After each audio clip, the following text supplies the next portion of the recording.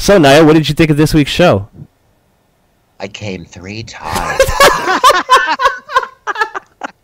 Let's get retarded in here.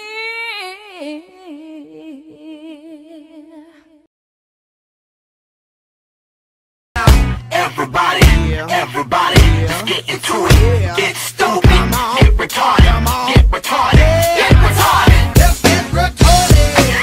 Let's get retarded in here. Let's get retarded. Let's get retarded in here. Let's get retarded. Let's get. Fuck the revival. Let's get ill, that's the deal. At the gate, and we'll bring the bugged out drill. Lose your mind, this is the time. Your can't stand still, twist and bang your spine. Bob your head like epilepsy. Up inside your club or in your belly. Get messy. Hello, everyone, and welcome to the Kayfabe Today podcast. My name is Eric, and you can follow me on Twitter at MTLBroski, and I'm here today with a full cast of characters. First up, we got Sexual Napalm, Mountain Drew. Mountain Drew, how you doing this week? That's awesome. That's Drew's new gimmick. What's going on, Drew? That's my best gimmick yet, I think. Yeah. Honestly. I introduced you first because Napalm. There you go. He's on fire, ladies. I introduced you first because, as we discussed literally 10 seconds ago, I probably wasn't going to remember that nickname for much longer. So we got that. I'm glad we got it out. I fucked it up at the beginning because I couldn't help but laugh. But I got it out. A little bit of a giggle helped. I liked it. It gave something for people to look forward to. Up next, we're here with the other half of the Can-Am Delights, Mr. Reliable, Travis from the Hibiki TMD YouTube channel. Travis, buddy, how you doing? I picture like a steampunk Dirty Dutch Mantel when I picture that gimmick. Sexual Napalm Mountain Drew. I'm doing good, man. Good to hear you guys. Good to be back. Hope you guys had a good week. Hope all the listeners had. And what an intro. My God, I love the new intro. That's not bad, right? Put that together this morning. Or yesterday morning. One of these mornings. I can't remember anymore. Robbie's telling me that my mic is fucked up. Is it still fucked up? No, it sounds good on my end. Robbie's lying. I think your headset's fucked up, Robbie. And speaking of Robbie, my son's here. Robbie Radford. Hello, Robbie. Stop telling me in the chat that my mic is fucked up. Fake news. Fuck the revival. Oh. Hi guys. That's Welcome to the weekly edition. I'm very excited. I've got the scoops. I was just about to say that. Do you hear that? Do you hear that chime in the air? Ladies and gentlemen, get to your window. Because Robbie has the scoops this week. He's bringing that hot fire. He's got the scoops. You want some vanilla? You want some chocolate, some raspberry, some strawberry, some blackberry? Gold just had a good career. Some Tutti Frutti, if you're into that. Some Tutti Frutti. There's nothing. Not that there's anything wrong with that. Oh. 90s sitcom references that nobody gets because I'm old. Good times. Robbie, what are your scoops this week? Oh, I can't remember them off the top of my head. I know. Once we get to the subjects, they'll click. Backstage news. God, what else? Everybody is pissed at that Jinder Mahal segment, as you expect. Well, we're gonna get to that when we talk about SmackDown, Robbie. Look at that. I throw the show to Robbie, and he's fucking up. He's ruining it. The general scoops. Yeah, you came in here. You came in here with all this big talk about having the scoops, and now the spotlight's on you, and you're quivering. You're stuttering. Give me the scoops, boy. Nah, we'll get to them. We'll get to them. They're all about Raw and SmackDown. It's okay. He keeps saying he has scoops, but he's got nothing. I was relying on you for this first segment. We're 3 minutes in, and we have nothing to talk about. Hey, Scott. He's like that ice cream man that comes around the neighborhood, but he's really a drug dealer. He Yeah. doesn't have any ice cream. What do you want? What do you want, little boy? Scoops. Let me just say that nobody sticks an ice cream sandwich from the ice cream man in their pocket. There you When go. get it from the- There you go. There you go. Yep. Drew laying it down. Instead of scoops, we're gonna. Sexual napalm. Sexual napalm. Is part of your gimmick where you hand out sodas to the crowd? Just the Oh, Mountain Dew absolutely. bar? Yeah, but he shakes them up so it explodes in their face. And I Sprays it with hold a it little to my kid's crotch, face. and then I Yeah. like spray it in their face. Pah! How very evil doink of you. That is that is very evil doink of him. Well, since I'm like, eat my crotch, do. Robbie completely dropped the ball, I'm gonna bring up some news. Fuck, I'm so disappointed in you. What Culture died this week, and the internet laughed, and well, some internet marks cried and cried. A lot of internet marks cried and cried. I guess they really like their top 10 lists. But yeah, the five quote unquote figureheads of What Culture Pro Wrestling and the What Culture YouTube channel for wrestling anyway have left. Basically, the only two that anybody really care about were Blampied and Pacitti. I guess some people like King Ross. Is Jack the Jobber quitting too? Yes. Good. He should just quit and then go crawl into some hole somewhere and wait to die. The most. I don't know. I can't stand him. They haven't died yet, but it's pretty much if they were a human, they've lost every organ that would keep a human being alive. It's only a matter of time before. They lost about 1,000. They lost about 1,000 subs in 10 minutes the other day. Yeah. Yeah, it's down at least 7. 7,000 already. Wow.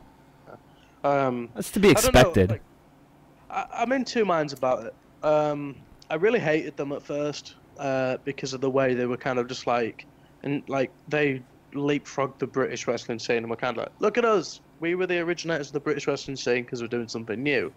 But they've done a massive favour for the British wrestling scene as What well, are they doing that's new? Top 10 lists are like the oldest type of... Same thing. No, Top I 10 mean, preference. way that, Look at us, guys. We use pictures while we talk. the way they... We put a 1 up on the screen when it's number 1.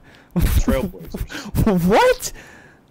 In terms of the actual wrestling, I don't give a fuck about the rest of what culture. Well, again, what?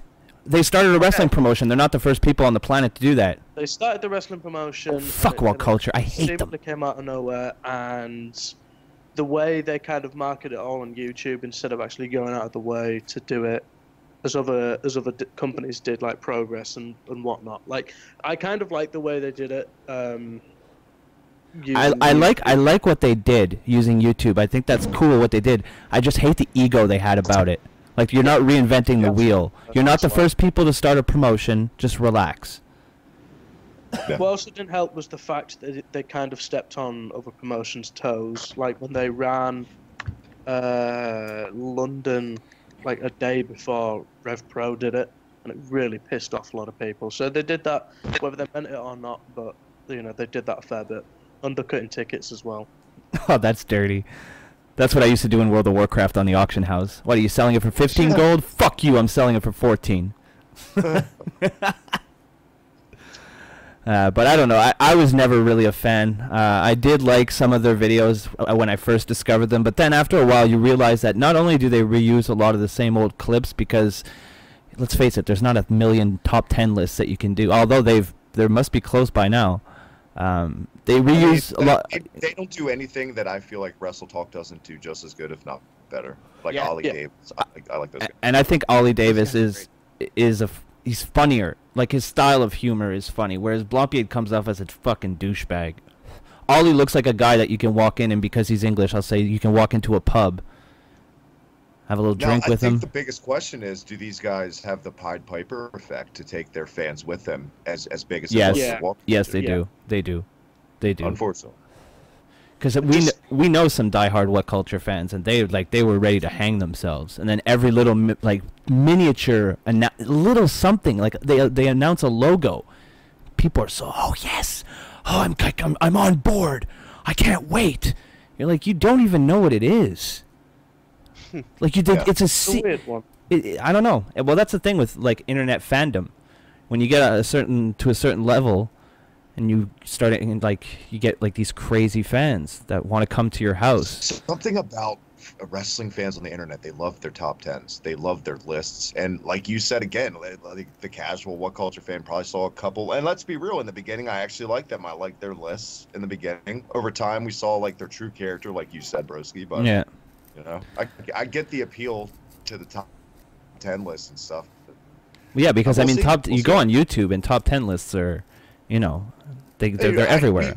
I said they don't do anything that Wrestle Talk doesn't. They don't do anything that you don't do here. I don't do. Our buddy Tonka doesn't do. We all do the same thing that What Culture does. They just happen to know the right people, have the right financial backing behind them. Just the stars and the moons were aligned from them since day one. Until, of course, the fallout and the money disappeared, and we see what happened. The cause and effect. And then they made that terrible hate speech video. where Blompier was in the ring and he's like, wrestling is not hate speech. Well, we were telling you about this problem months ago. You just didn't want to listen because you thought you were above it. And all of a sudden you're not. So now you're going to start crying and bitching about, oh, YouTube took our money away. Guess what, Adam? Guess what? YouTube took everybody's money away. What are you bitching about? Like, say what you want about Grimm. Pop up in recommended videos, Adam, unlike us, who have to seriously whore ourselves out on social media platforms to make any kind of headway. And I know a lot of people don't like Grimm, but one thing that I liked about Grimm is that when the adpocalypse hit YouTube and everybody started losing money, he didn't make this self-righteous crybaby fucking beta male video. No, he rolled up his sleeves and he did what we all did. We kept trudging through and we were hoping things would change for the better eventually someday. And a lot of people look down on bigger YouTubers having a Patreon, but in this case it's just like, look, the guy has a ring, he has a warehouse now, and there's stuff to pay, and if people want to pay him to watch his shit, then why not? It's just like paying for cable. That's what basically it's new cable. And I don't know what culture just like sent out Blompier in their ring, and it was just the video was just so gross, and he was talking about stuff that the smaller smaller YouTubers were talking about for months. And it's just like, oh god, like I felt that way about Grimm too, though. Him and guys like him, Brian Zane, who we talk about all the time. If I can never fault someone for trying to make their mark if they're doing it honest and they're good people, but when it's like WrestlePie types of things and stuff like that, that's a whole other ball of wax. For those who don't know, we call Adam Blompier, formerly of What Culture Pro What Culture Pro Wrestling on the YouTube channel. We called him WrestlePie because he was the king of the wrestling YouTubers. So he's not PewDiePie. He's not big as PewDiePie, but he's WrestlePie. He's our PewDiePie. He has pie in his last name too, and it's very clear. Oh, that's true. He does. Well, that worked out too. And I guess that's all I really want to say. Let's transition on to some important news. Some sad news, unfortunately. Bobby the Brain Heenan passed away. I think it was last Sunday. Was it? Sunday night, maybe? Yeah, Monday morning? Somewhere around there. That one kind of stung. Usually I don't get too emotional about these types of things. I didn't cry or anything because I'm not a pussy. But it was really dusty in my apartment, guys. I want to throw one thing out there, and I've been thinking about it like ever since knowing that when he was like, I mean, for years now that he was sick, and just knowing that could happen anytime. But the fact. I'm sorry. I know I'm not laughing at you. I just opened the DM on Twitter. I interrupted myself.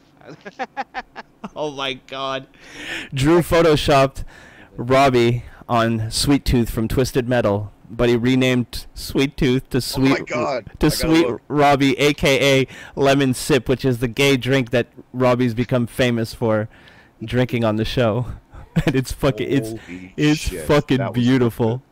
My God. You've outdone yourself. But yeah, what were you thinking about? Oh, what an inappropriate time to look at that. Back to death. Yeah, okay. Bobby would have liked that though. He would have. Like him going out, people laughing. I think. Yeah. Did you guys see the clip? What did he say to that guy? He asked him how long he'd been married, and he was like 21 years, and he said, well, you know, if you would have killed her then, you would be out by now. Yeah. Classic. Jesus Christ. Dude, we found this was a big week on the channel for Michael came back on Slam Pigs 2 hours before we were about to go on. We had a totally different show planned, so we had to like change everything on the fly. We did it like an hour-long tribute on a 2-hour show. So yeah, definitely went all in on Bobby this week. And my God, talk about nostalgia. The definition of nostalgia in wrestling. And I think he is. It's funny just for over the years and everything. I don't care if you're talking about a wrestler, a promoter, character, anything to do with pro wrestling. I literally think he was the best. Yeah, I think so too. Yeah. I think so too. He was like, the week before he died, I said on the show that he was my favorite commentator with Gorilla Monsoon. Yeah. And and that my favorite moment was when the barbershop window incident happened. And like the whole time he's like flip-flopping between like, oh, Jannetty's a good guy, oh, Jannetty's a bastard, and then he's just like, tried to escape. And through the window, Shawn Michaels throws him, he super kicks Jannetty, and then Heenan's like, oh, I told you he never liked him, he didn't need Jannetty anyway, and then Michaels picks him up and throws him through the. Yeah, go ahead. Oh, go ahead. Sorry, broski. No, he just picks him up, throws him through the barbershop window, and then that's when it's my favorite all-time line, pretty much of any movie, any TV, is, oh, Jannetty was so afraid he tried to escape through the window. I was Fucking- gonna say, that was literally what I said the other day. One of my favorite quotes too on our It's show. I so said good. also, Heenan is kind of like the Jimi Hendrix of wrestling. Kind of like all bands kind of borrowed something from Hendrix or Yeah. Zeppelin. Yeah, that's He's true. that influential on everybody takes something from Heenan. I Well- even remember like the smallest things that, you know, like, because it was constant. Like there was one WCW pay-per-view, I think it was with Shivani, and his headset like broke and went out, but you could like hear him in the background like fumbling around and cussing and shit. And then he finally gets back on the headset, and Shivani's like asking him what happened. And he's like, "Oh, I stepped on my headset." He's like, "What do you mean you stepped on your headset? Where was it?" And he's like, "It was here on the table." And Shivani's like, "What were you doing standing on the?" Never mind. Never mind. Or like when Brian Pillman ripped his coat off and he said "fuck" on air. Oh God. You know Well, what I'm curious about, like Robbie's generation, because he's like 10 years younger than us at least. What is like? Do you have a lot of fond memories of Bobby too, or are you just recently exposed to Bobby? Is my question. Okay, so the general understanding from probably like, and I'm not gonna go out and be smarky and say, okay, well I went and watched a load of him on the network. Everybody my age has no idea, like, because he had no involvement whatsoever. I think did he leave in like 94, 95? Yeah. So, and the earliest I remember was 2003. So there's a couple of years gap. Just missed him. Yeah. Yeah. So, but I went back and I didn't necessarily listen out for Heenan stuff, but I went back and watched the 1992 Royal Rumble. I think it was about 2 weeks ago, and I was just like, One of his finest pieces of work. yeah. Yes. And what I was about to say was as entertaining as the matches were, this the first time that I've like just kind of zoned out of watching the match, as you tend to zone out of listening to the commentary, but vice versa. I was just listening to the commentary for the majority of the whole show, and I was like, who the fuck is this guy in the commentary? And then like I went and read the ratings and reviews, and all that. Heenan does such a good job. So then at that point, and this was before he died, this was like 2 weeks ago, you know, I just watched a whole ton of Heenan stuff, like when he tried to get into the building in like drag, On the first ever Raw. Yeah. when they took his wig off and he was like, rabbi. Bobby Heenan, and things like that. And like That's so the way that Robbie just went like Bobby Heenan. That's such like a '90s staple on TV and stuff. Like Sean Mooney would have said it. Yeah, Exactly how they're he like, said we it. gotcha, like, you know, like, you heard that on Yeah, things yeah. like, you know, Full House and Family Matters and all those shows that were like on Fridays. But like I always say, and it's probably not the best time to say it now, but like I always said that my favorite commentary team was JR and King from '97 to about 2000.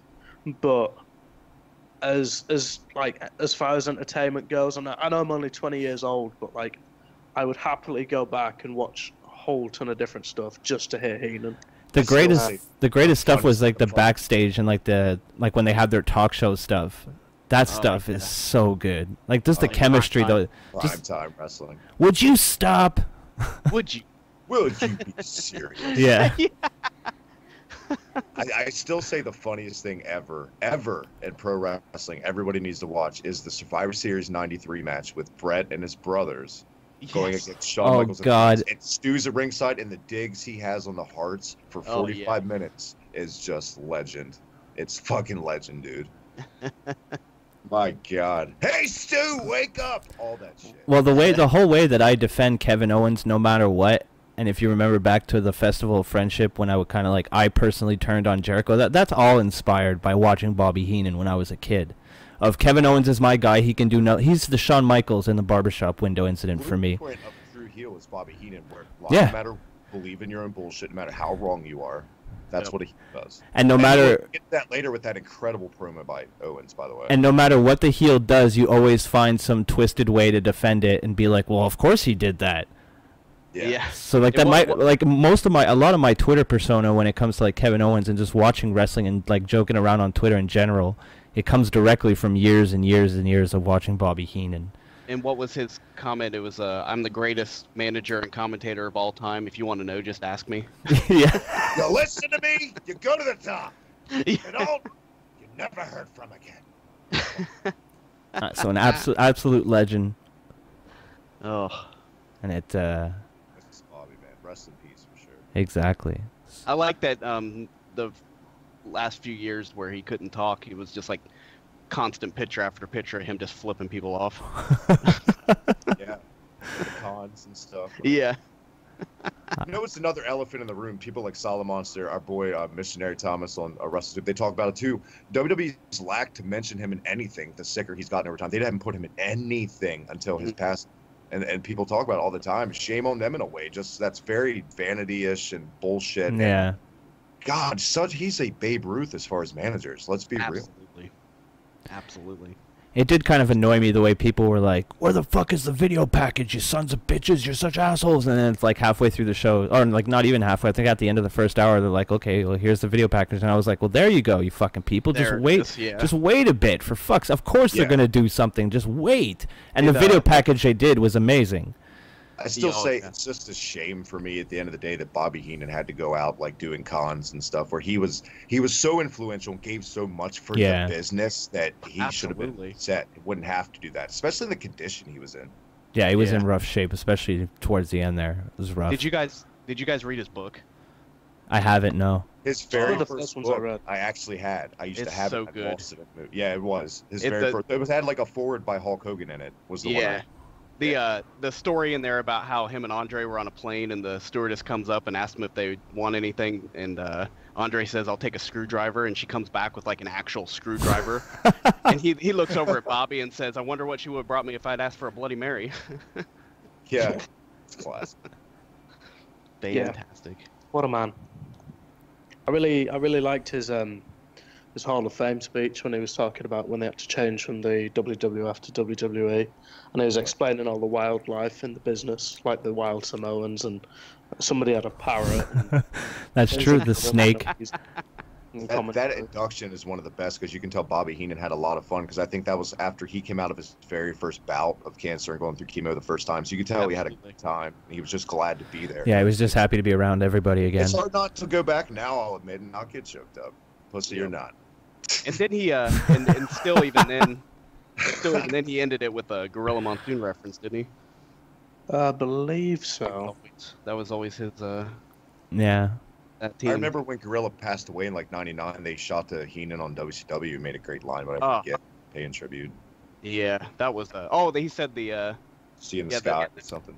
The gates of heaven are now going to be called the Gorilla position. Yep. But now it's crazy to go back. Like I put a tweet out. They got a lot of retweets actually and shit. So shout out to you guys. Thank you. But it was a picture of when there was a commentary team of Piper, Heenan, and Gorilla at like SummerSlam. Now they're all gone.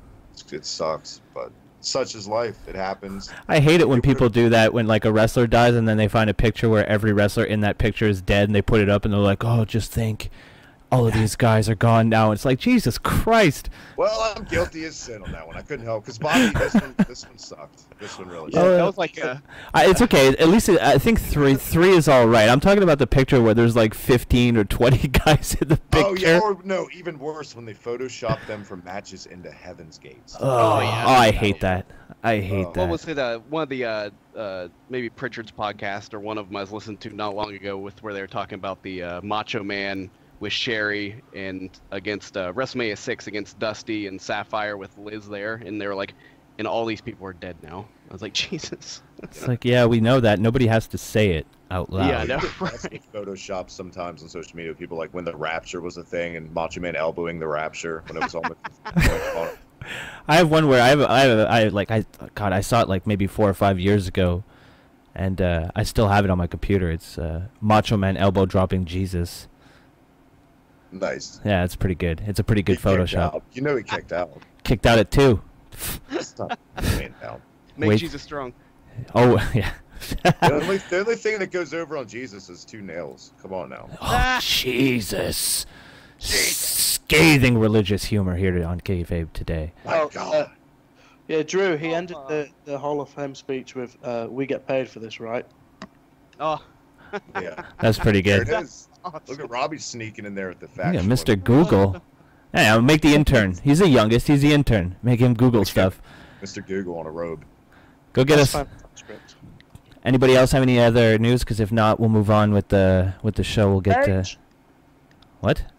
She's coming back, lads. She's coming back for her. Oh, Paige. I heard H. I was like, I what? said Nate, because Nate's is out of the hospital. That's good news. You and your silly accent, Robbie. Supposedly And, never drink alcohol yeah, again. not drinking. I say that to Tony Schiavone a lot, though. So. Yeah, and I'll never smoke during this podcast ever again. Where do you guys think she's going? You think she's going to SmackDown or Raw? A lot of people are speculating that because Asuka is going to debut on Raw, they're going to send her ass over to SmackDown. Do you guys care? Yes. I kind of wish they would have sent Asuka to SmackDown, because she is, and as much as I hate to say it, she's going to get lost in the shuffle. On Raw? You think?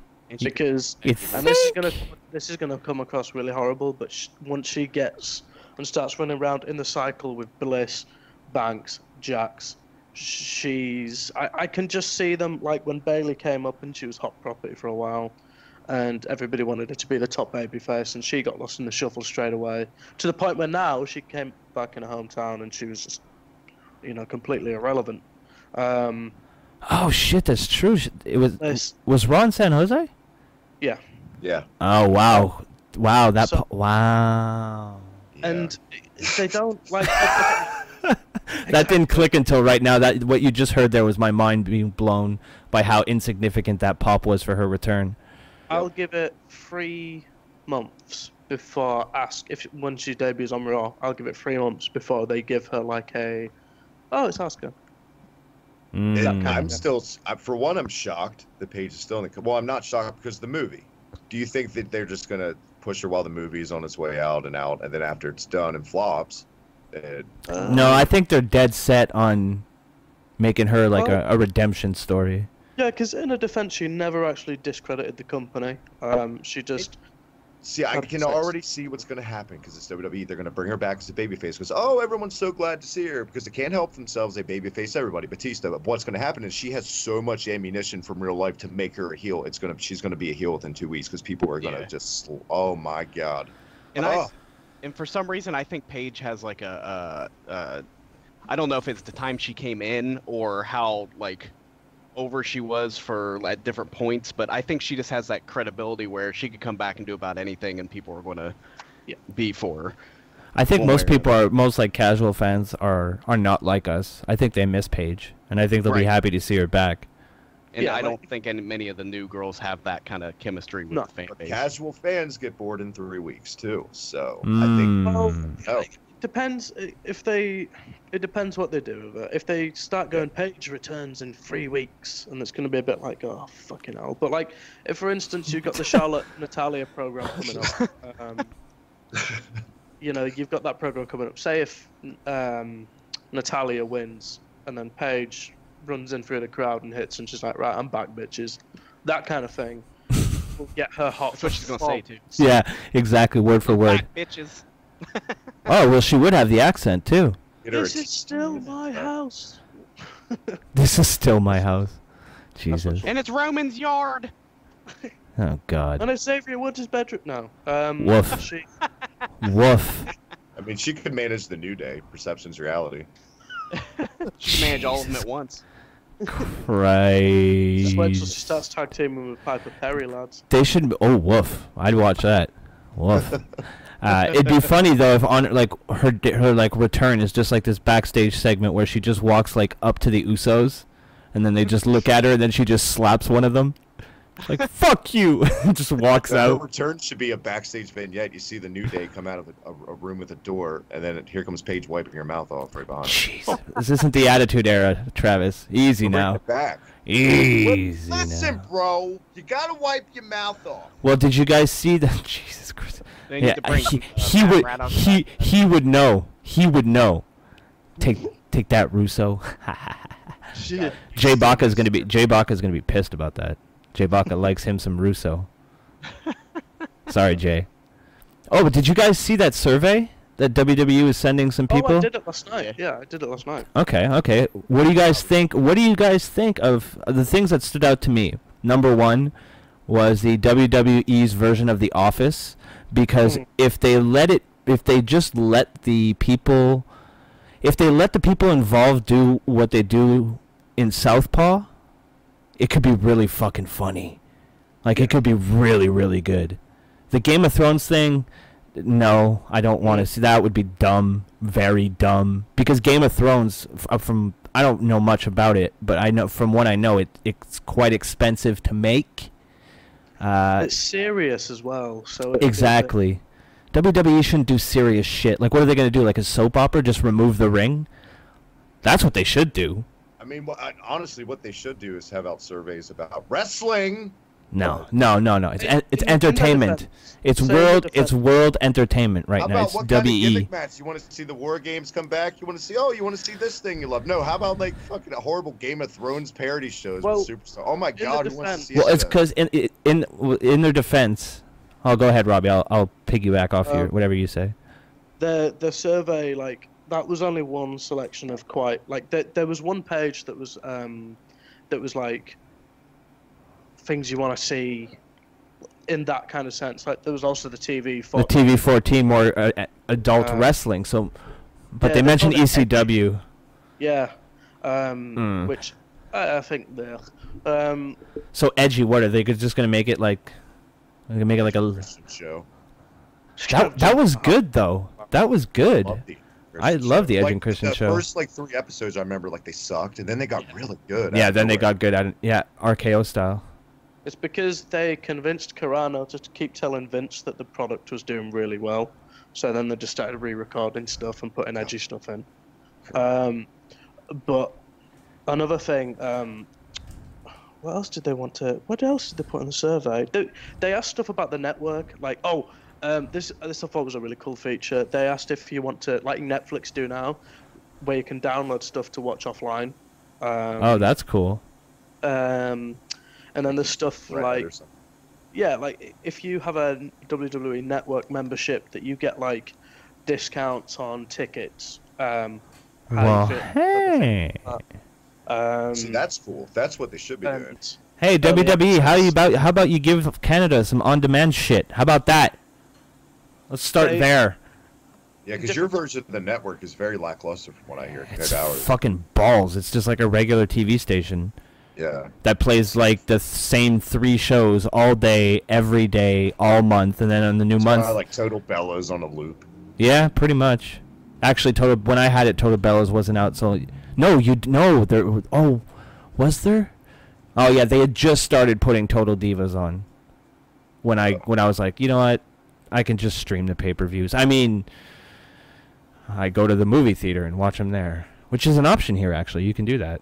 That's cool. It is pretty cool. Back to the old closed circuit days, like the first it's cool until you go there and then you see there's these fucking marks with like replica titles that stand at the bottom of the seats and raise up their championship belts. Like, it's cool until you have people into the game. No, but whenever the people used to stand in the front and raise their belt, I used to boo them. You never drew a dime. The survey. Survey says. I will say that.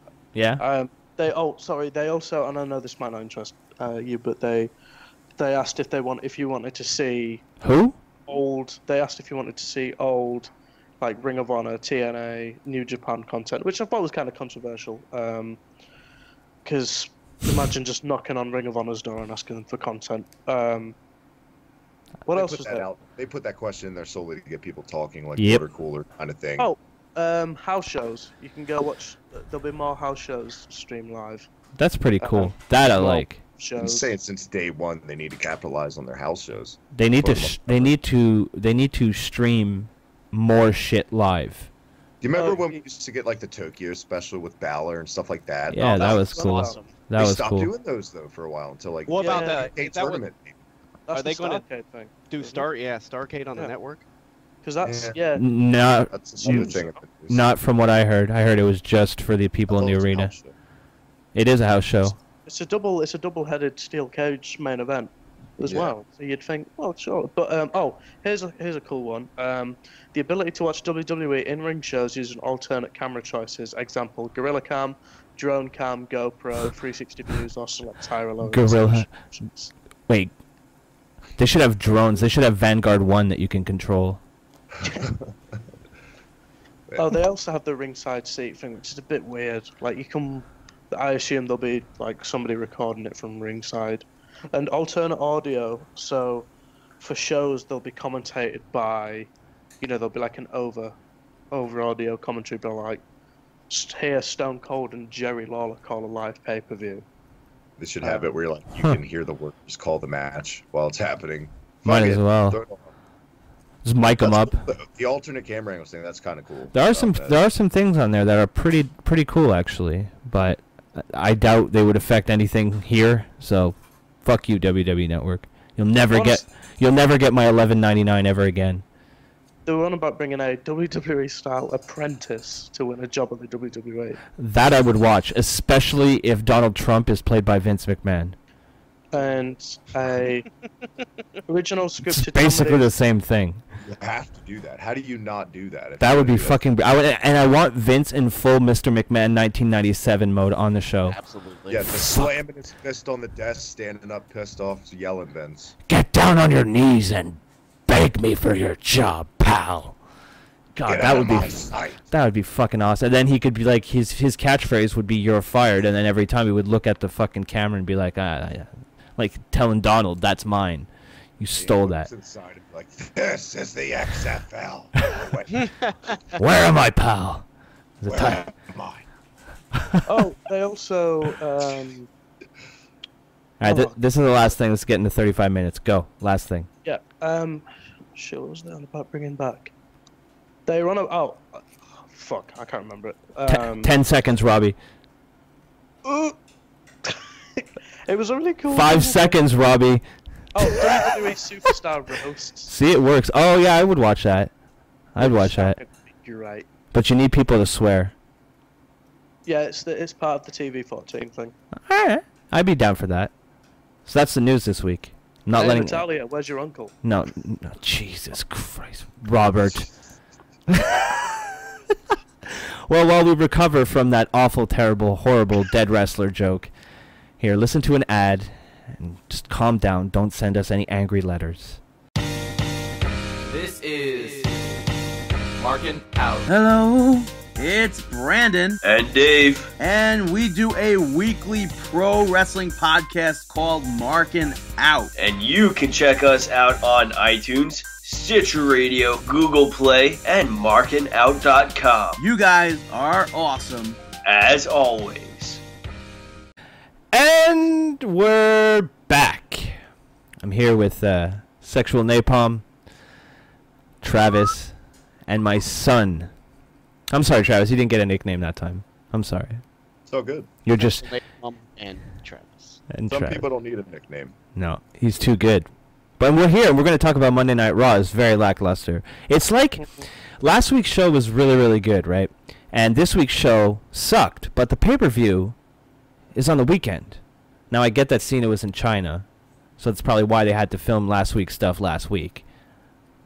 But logically, wouldn't you think that last week's show would have been better placed this week, and they should have taken this crap fest and put it the week before?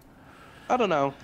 Well, that was just an open-ended question to kind of get the people interested, Robbie. Simadana.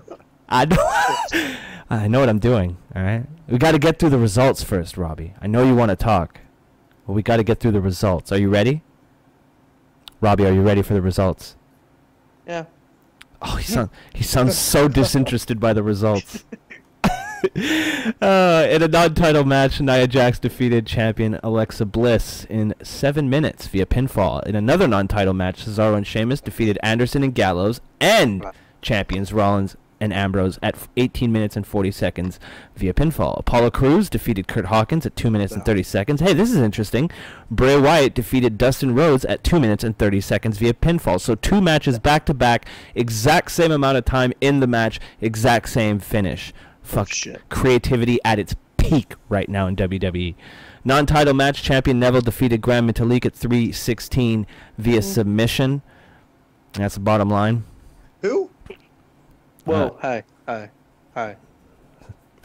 Sick burn. Robbie. I had to wake Robbie up somehow. And an intercontinental main event, or should I say lame event, am I right, boys? IC title #1 contenders match. Jason Jordan defeated Matt and Jeff Hardy, Elias, Bo Dallas, and Curtis Axel at 11 minutes and 30 seconds via a pinfall. Both shows, for what it's worth, have been going out of the way to make their main events like these mid-card level main events in a weird way. Especially for a 3-hour show, you would think you want the fans to stick around for something. Yeah. It was nothing great. Basically, Kurt Angle talks at the beginning, hypes up Reigns and Cena, hypes up Strowman versus Lesnar. Then The Miz comes out, interrupts Angle, kind of goes back and forth and complains that the Intercontinental Champion is going to be ignored once again at another pay-per-view. So then Angle says, well, if you weren't such a bitch about it, I was just about to say. And he makes the #1 contenders match. And I think Jason Jordan came out too, but who cares? All the awesome work they did with Jason Jordan the past 2 weeks, in his match with Cena, his match with Reigns, I felt like it was just right back to like point one with this segment. It was time for him to get into a promo again. It's like, we can't help ourselves. Let's shit it. Let's shit the bed. Mm-hmm. One of the things I didn't get was the fact that The Miz complained that he wasn't getting matches when he's a heel. Yeah, I know. No, but I'm saying he's a heel. He should be happy. You know what I mean? Like he's been complaining almost ever since he announced that Maurice was pregnant. He's kind of been flip-flopping between face and heel in segments and matches. It's really dependent on who he's in the ring with. The Miz Taraj is still doing his dirty work, but at the same time he's cutting face promos. The problem is with the booking is that it comes off like that, but it's not meant to. And they're trying to put in guys that, well, he's a great babyface. Enzo Amore did not come off like a babyface in that promo last. No, he didn't. And Jason Jordan didn't really come off as a babyface either. He whined. He was a whiner. Yeah, he was like, Dad, give me this fucking match. Dad, put those two in a match too. I think all of us called it a couple weeks ago. Just did this angle that it's going to be a heel turn in the end, turning on Kurt. You were never there for me, so maybe that's the route. Maybe. I don't know. It was just. I mean, the Miz was good, but it was just so flat. Miz is good, but he's not like Piper levels of good where he can save anything. Yeah. That's a good point. Then we go backstage where Jason Jordan throws his temper tantrum, and this is really what made me be like, oh, this kind of hurts him. He just, like you guys said, he just seemed like a kid complaining in the toy store because his dad doesn't want to get him a Power Ranger. Yeah. That's my like. That might be what actually happened. I pulled that out from like personal experience. It was a little too specific for me to be comfortable with. Ultra Zord back in the day, and you resent it to this day. I had the Mega. Which one was the original robot? Megazord. I had that one, and I had the Dragonzord was Tommy's green stupid one, right? Yeah. And I had that one too. I had them all. I'm a Power Rangers toy connoisseur. But Jason Jordan, right? Yeah. Yeah. That's how entertaining he is. I talked about a cartoon that I watched 15 years ago. Yeah. No, longer than that. Holy shit, like almost 20 years ago at this point. Oh, I'm old. I'm so old. Sorry, my mental breakdown aside, we can keep talking about Raw. We had a matchup next with Alexa Bliss versus someone who's not like most girls, Nia Jax. I love Nia Jax. I wish she would kill everyone. I fucking hated this. For many reasons. Yeah, I'm not a big fan of this either. Right. First things first. Okay. You guys talk. I got some mashed potatoes. Okay, so this was given away to the people for no reason whatsoever. I've got it as a physical representation of David versus Goliath, the 6-foot contender versus the 5'1" women's champion. Okay. This is dumb. That's pretty much. Everything about this, logically, aesthetically, perceptions, reality-wise, is dumb. Nia Jax, even with Bayley and Sasha later in this, should have been able to easily take out all three of them the way they should be booking her. But they're booking her as she needs to be on par in promos with an Alexa and talking back and forth. And what's coming out of her mouth does not match what she should be in the ring. She should be this destroyer, not this, oh my God, Alexa, I thought we were friends. What the fuck am I watching? God, you actually sounded like her there. That was actually really that was really, really good. Like, Oh my God, Alexa, I can't believe you would do that to me. We're not holy friends. shit, that's like unsettlingly good. I can't even say that word. I just, Jackson, you're listening to the Kayfabe Today podcast. oh my god. Oh my God. We should do a fake fucking night. We have Nia Jax on the show today, ladies and gentlemen. Like, holy shit. Well, at least we know if Travis ever needs to transition, he's got the voice down. Like, he'll be fine. He'll be fine. Right though. I'm tired of saying though, like, why am I seeing Piper Niven where she's at and Nia Jax where she's at? I think you got a hard on for this Piper broad. I do. Is she your big German broad? No, that's Jazzy. No, that's Jazzy Gabby. No, I know, but like, you know how like I am in love with her. Are you in love? Oh yeah. Okay, there we go. Hey, can I get can we get like Nia Jax having a conversation with New Jack? Oh my Oh god. my God, New Jack, I can't believe you punched me again. I'm gonna file charges. Bitch, you better not! So much better than I'd hoped. Wow. Thank you. The show's peak. I'm fucking broken. So many live Oh videos now.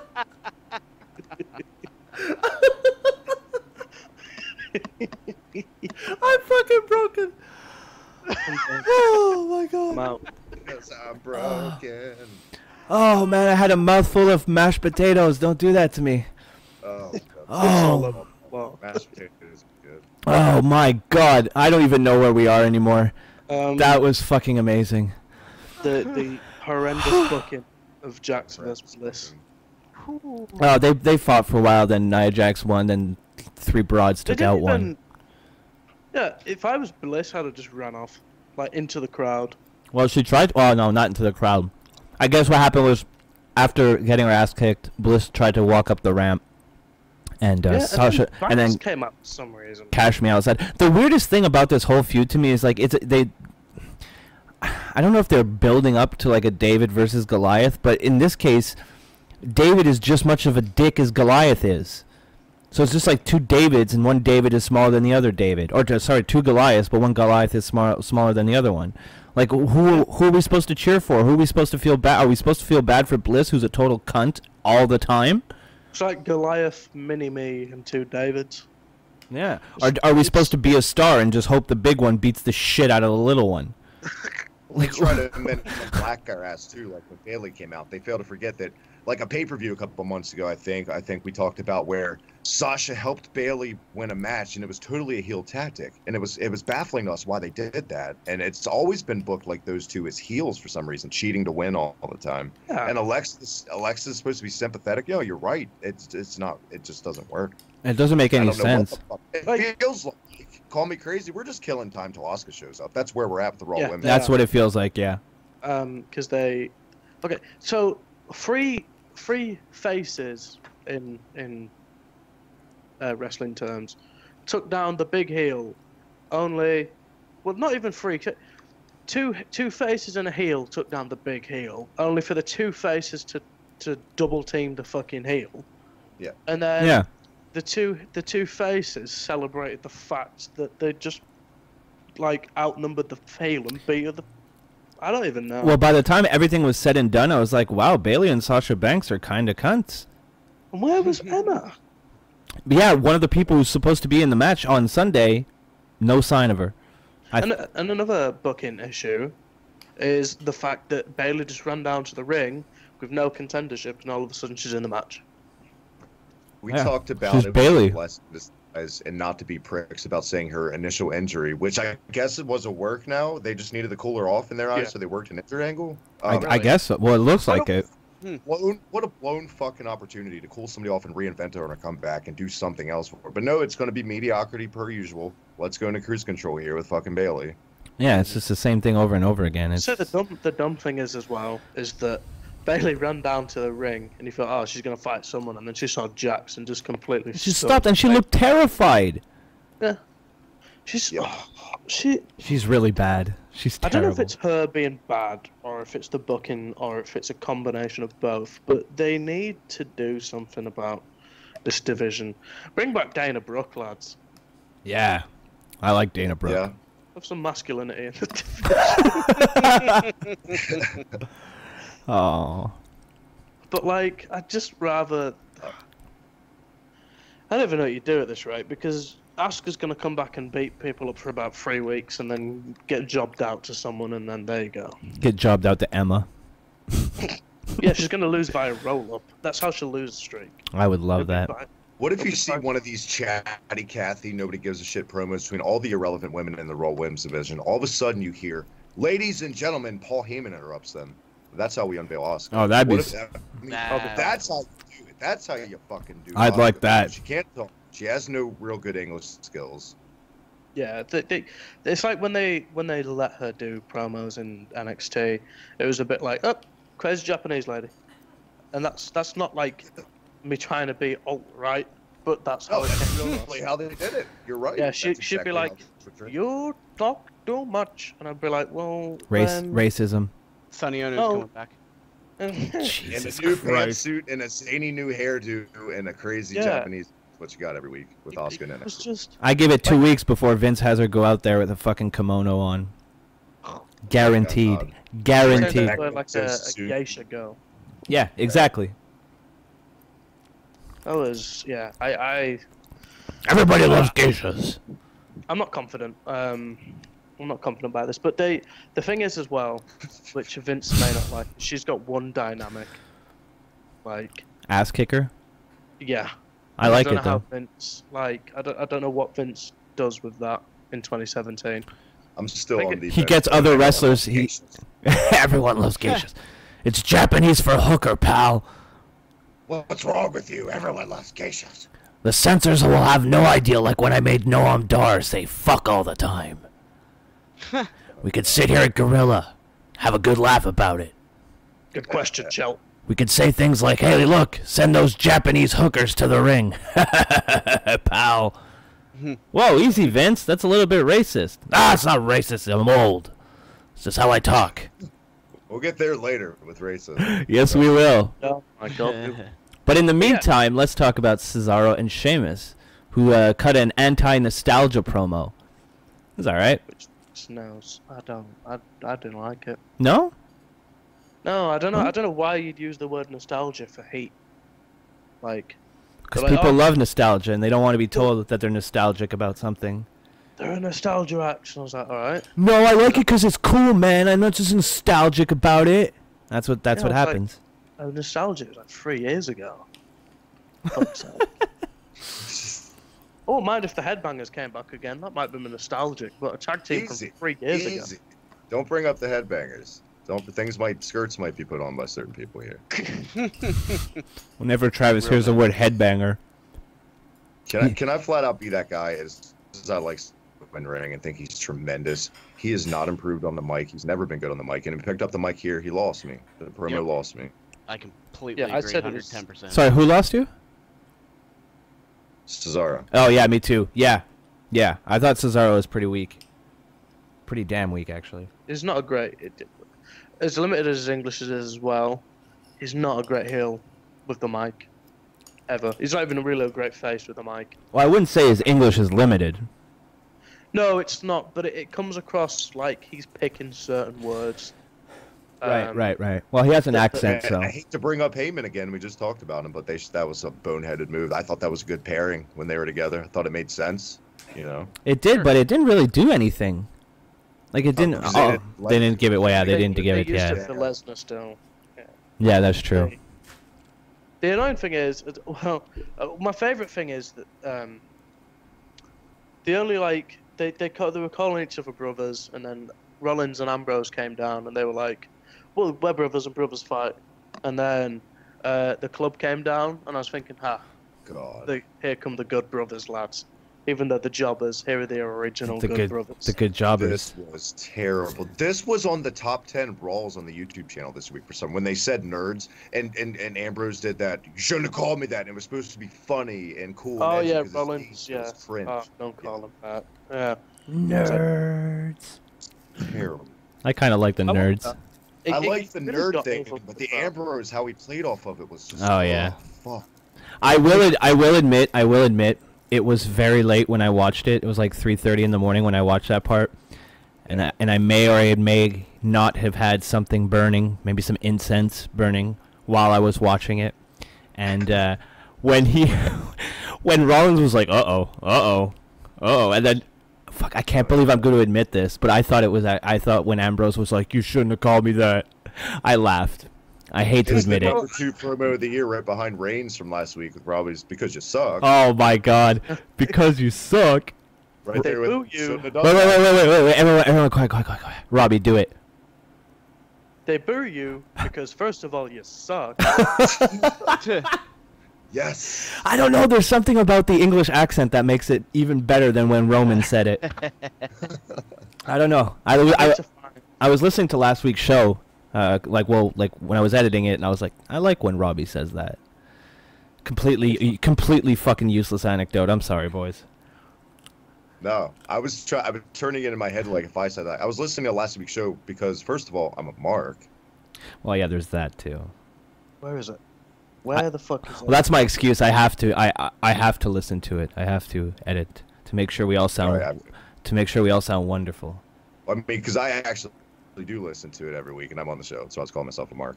I was trying to make it a one joke. Here we go. Correlation.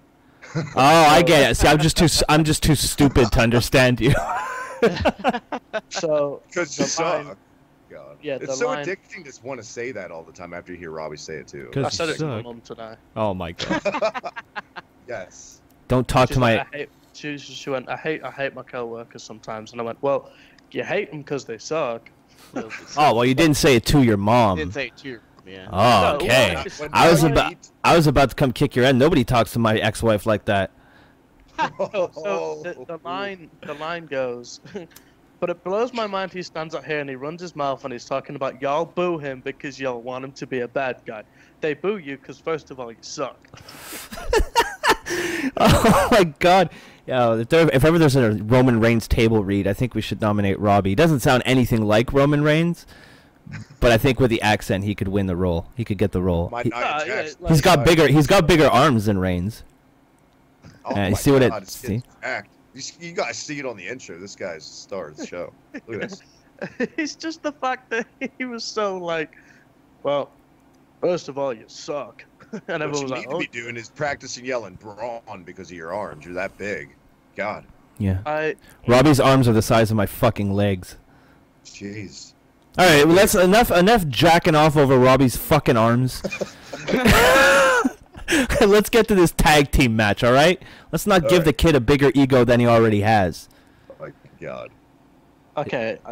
What did you guys think of this awesome three-way tag team match? TV match. Average. Nothing we haven't seen in every other one. Yeah, it seems like these things. Yeah, and I was about to complain, like, oh, well, why don't they give other teams a chance? And I was like, oh, wait, this is the division. There are none. Yep. There's yeah. So I mean, you know, it was fun. It was fun in spots. It was all right. I like that Cesaro and Sheamus won. I think that was good. That's the smart move. It's good to give them a little bit of momentum going into the pay-per-view. God forbid they should have any chance to win. They're also, speaking of tag teams, and I don't know how you're going to react to this, Broski, but don't piss me off. They're working towards making a Sami Zayn and Kevin Owens tag team. I thought it was Ty Dillinger, and I'm thankful that didn't pan out because that was rumored, and then they just stopped doing it. I was like, good, because those guys, and I like that. Right now, I don't see that, especially with Owens going this heel, but maybe I'll let you know. Oh my God! Go look in the DMs. Oh God! Oh wow! I'm gonna explain it on the line. Drew's been busy. Don't worry, Charlie. So. I wasn't listening to what you guys were saying, so sorry. I'm completely Well, I lost. thought you were going to say something about fuck the revival, and I think everybody's sleeping on is nobody's thinking about the revival right now in the tag, and I think they're going to come back as a surprise. Oh, that would be nice. Was one of them hurt again? Yep. Wilder. Oh, okay. It took turns. So, yeah. Oh I'll explain that on SmackDown. All right. Well, then we get a video package for Cena versus Reigns. It was pretty good. It recapped their feud so far. Then Kurt Angle's on the phone and Goldust is there minus the face paint. I hated that. He wants a rematch with Bray Wyatt. He's not asking. He's telling. He's telling Kurt Angle Weird does it look? that Goldust, right? That single face paint. So then Angle reluctantly agrees to the match. Then we go to a match of Hawkins, who's cutting a promo, but no one cares. Apollo Live smile way too much. Cruz beat Kurt Hawkins in a matter of 2 minutes and 30 seconds. The funniest part, the greatest part of this match is the picture of Kurt Hawkins sitting outside the ring, holding his holding his neck on his 115th 115 match losing streak. They put the graphic up and everything. It's going to be reoccurring, and you know what it's going to get him over as babyface. Oh, it's totally going to get him over. It's going to get him way over. Did you say there's Iron Mike Sharp reference on Twitter to me this week? Because I've never seen it yet. God. Yes, he did. It was Corey Graves said, I haven't seen someone perform like that or something to that effect. And then he brought up Iron Mike Sharp, and I just thought that I was like, oh, gotta shoot that out to Travis. Jeez. And then we had this thing where Michael Cole talks with Lesnar and Strowman. That was good. Yeah, I thought it was pretty good. Lesnar didn't talk too much. Heyman, as usual, did most of the talking, except for at the end he said "Suplex City, bitch," which was very controversial. Right, close and personal. The camera's fake too. This is the best part of this for me. Yeah, me too. Actually, yeah, you're right. Me too. I thought Braun held up his own against Heyman. I thought he did good, and I thought one part that I really liked is that he was actually reacting to what Heyman was saying, as opposed to just waiting for him to stop talking and then for him to start saying his lines. There seemed to be like a certain amount of interaction between the two, so I thought that was pretty decent. The good thing about this was the way they booked Braun is that he can back up his talk already and say, like, say what you want, but I've beaten the fuck out of your boy 3 or 4 times already, so what's he gonna do? And I also like the way that Brock was like, on top of saying Suplex City, was like, oh, I appreciate you because you backed me in into a corner, and that's when I'm most dangerous. Right, that's true. Yep. So I'm to the limit to get more. Yeah, you know. I'm really excited for this match. Yeah, it's going to be a good one. It's going to show, because like, when was the last time Brock was the underdog? Yeah, because he knows for a fact now that he's going to have to bring out more than just suplex repeat. Not since he's been back. Yeah, but I think the last time he was the underdog was against maybe Big Show first time around. Yeah, like maybe 2002. Yeah, probably. He's dwarfed. Yeah, he's Goldberg too, maybe in a way. Oh yeah, that's true. Yeah, because that's true. Yeah. We all knew Brock was going to win at Mania though, so in the end it was Brock. It was. Then we had a Roman Reigns promo. Favorite part of the show. Of course it was. Did you get your vest on for this promo? I was wearing it anyway. Roman did really good this week. He did. And I like his name drop of Alex Riley. That was Woof. Yes. He said he's not the next John Cena. He's not a jacked up white guy with a military haircut. If he was, he wouldn't have a job here. Just ask Alex Riley. And then his fake ass bitch thing is like, okay, what you got to call him a bitch once a week, Roman? Because I thought he could have done without that. I thought he could have just mic dropped after the Alex Riley bomb, to be honest. Oh yeah. Well, Riley was just happy to be trending because the person Riley is. Yeah. Like remember the push rage thing on Twitter, and it wasn't about him, but he was so excited. He was like, "Thank you for making a song for me." It was for some created character the kid made in a video game the whole time. Oh yeah. He kind of mic dropped it in a way, because he used what. Because you know how he kind of like he used. Well, yeah, he said "See you Sunday, movie star," which is what the John Cena said to The Rock, for their first WrestleMania match. Yeah, that was it. It's nice how they tied that in. Keep it inside, pal. Keep it an inside reference. There you go. I like how he Oh, and there was one guy on Twitter. I wish I remember because I'd call him out because he's so dumb. But you know how Reigns, instead of saying Samoan like we do, he said Samoan. You know how they say Samoan. They all say it like that. I know, but this dude on Twitter was like, Jesus Christ, Reigns can't even cut a promo. He can't even say the name of his people right. And I was like, you're such a fucking idiot. We're actually saying it wrong there, Pally. Yeah, we're the ones saying it wrong. Idiot. Yeah, I like how say he started. Civi Alpha one time. See how that works out for you. But I like how they say it. It sounds better. Samoan. Oh yeah. Samoan. Is that we're treading very close to racism right now. Samoan. We're treading that fine line. Is this in poor taste? If you're Samoan, does this offend you? Let us know in the comments down below. Absolutely. Okay, well, Drew's Samoan. Drew Manaia. Actually, they call me Samoan Drew. Oh, well, that explains. Yeah. Samoa Drew. Yeah, but this was a good. I thought this was a really good promo. I'm just gonna move right along. I thought this was a really good promo. By Reigns. Maybe it's because he wasn't intimidated by Big Match John or Big Promo John being in the ring. It's my. I think that was on purpose that he didn't. Even if Cena was there. Big talk, Roman. Big talk, knowing that fucking Cena's in China. Big man. Talking that smack from the other side of the planet. I guess it's just like a vignette, in a way. Yeah. But probably use that in Cena's backstage promo Sunday. Like, you were a big man talking about me in China, but I'm here, boy. Well, yeah, I just said it on the show, so we know that Vince listens. He's going to steal that. Exactly. Yeah. This was great. I'm a big fan of Reigns on the mic now. He's improved. He came out in an interview with, I can't remember who it was, but he was like, rivalry, and I think he was actually talking in Kayfabe, but it was basically like, he's happy how John Cena has pushed him on the mic, because you know how Cena kept telling him step up or step aside. Yeah. Roman was telling him that he's took that literally and stepped up his game. So Sunday, I think, here's a hot take, lads. I think we could be looking at a 5-star match on Sunday, lads. Probably 7-star. Big old tuna melts. So I'm really excited for the match. Hey, are you excited for the match the way you were excited for Bray Wyatt versus Dustin Rhodes? What, Suicide? Jesus. Pretty much. God, this was terrible. And then Balor cut up.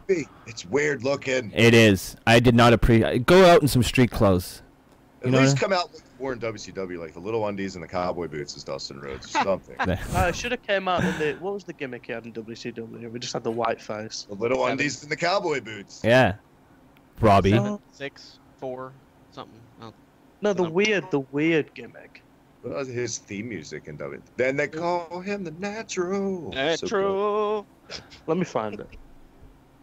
Well, while Robbie finds that, we're going to completely ignore a Finn Balor promo. Well, we're stuck. Well, yeah, we did get that, and that was cringe for me. I thought this was over, like at SummerSlam. Guess not. I feel like we're stuck in limbo with this feud with Finn Balor because it wasn't meant to be wide in the. No, it was supposed to be. So they're stalling. It's supposed to be Samoa Joe. Son of a gun. Then we get that Bobby Heenan package that we mentioned earlier in the show. Bobby's package. You would have appreciated saying Bobby Heenan package too. I know the brain would have. He would have. He would have. Enzo arrives and does his shtick. And then he gets killed by Braun Strowman, which was very nice to see. It's incredible. It was funny as fuck. Love. Neville then mocked him. That's always fun. No? He needs to tone back the laugh a little bit. No, I love the laugh. Ha ha ha ha ha ha. It's too like Jack Nicholson from Batman when he's like he fell and the police box is going off. It's something about it. I don't know. But I love Neville. Yeah, Drew, that was it. Drew, it was 7. That was his gimmick. 7. That's the one where he came out and they just said, "Fuck this." Yeah. It's a good movie. Make my face white. Enzo mocks him. Leads to a match between Neville and Grand Metalik. I didn't watch it. It was good. Yeah? It's good. Cool. I saw it. It was a good match. Then main event of Raw: Jason Jordan versus Matt Hardy versus Jeff Hardy versus Elias versus Bo Dallas versus Kurt Axel. Jason Jordan won. He's going on to face The Miz at No Mercy. Nothing great. We got a little glimpse of Jeff Hardy versus Matt Hardy. And Jeff Hardy being a brother Nero, trying to go for the pinfall. But besides that, there's really not that much to talk about. So that was Monday Night Raw. They call him Natural. It reminds me. I would rather sit around and practice saying Samoa with Drew than watch that main event again. There you go. Samoa. Here's a scoop for you, You heard it here first. The reason why Enzo is constantly in his plan to keep getting beat up on Raw is because Vince McMahon finds it funny and it reminds him of shit. Do the laugh, do the Vince laugh watching Enzo get beat up backstage. Look at that little fucker. Look at that Guido take the fall, pal. No, he called him. He called him. What did he call? Supposedly, who mentioned it? The story goes that Vince McMahon called him a modern day Brooklyn Brawler. Oh, yay. Yeah, but Brawler had talent. Thank you for the cheap plug, Robbie. The new Hibiki honors. We honored the Brooklyn Brawler this week. Check that out. There you go. That was well done. I'm glad you picked up on that. Well done.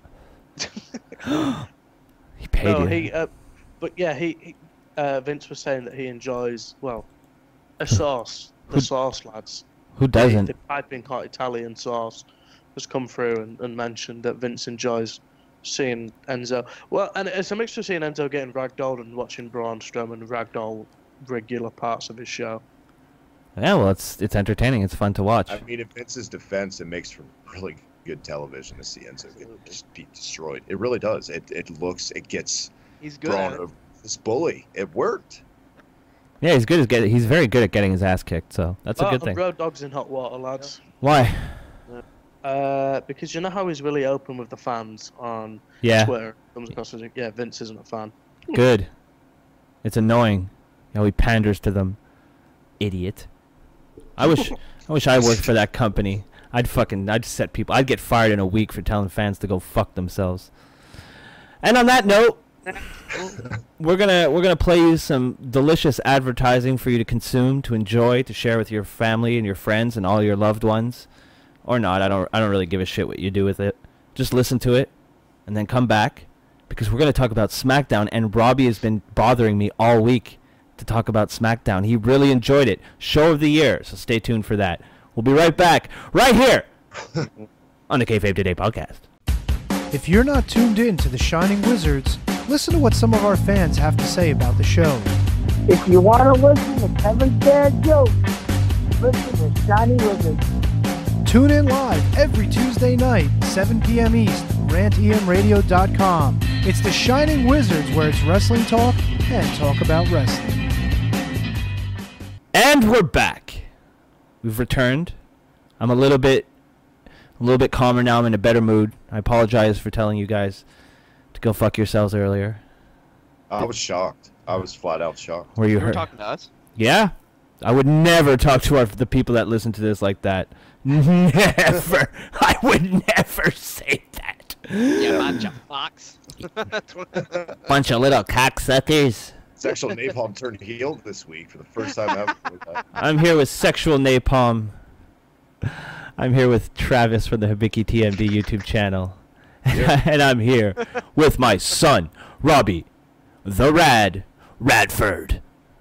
Father Radford is going to preach tonight to us. Yes, he is. Robbie enjoyed SmackDown more than any other wrestling show he ever watched this week. I fucking did. And he's here. And he's here. And he's here to tell us all about it. But before we let Robbie loose on your eardrums, here are your official results for SmackDown Live. Randy Orton defeated Aidan English in 7 minutes and 12 seconds via pinfall. Shut up. Rusev defeated Orton at 10 fucking seconds via pinfall. That was a great match. Maybe match of the year.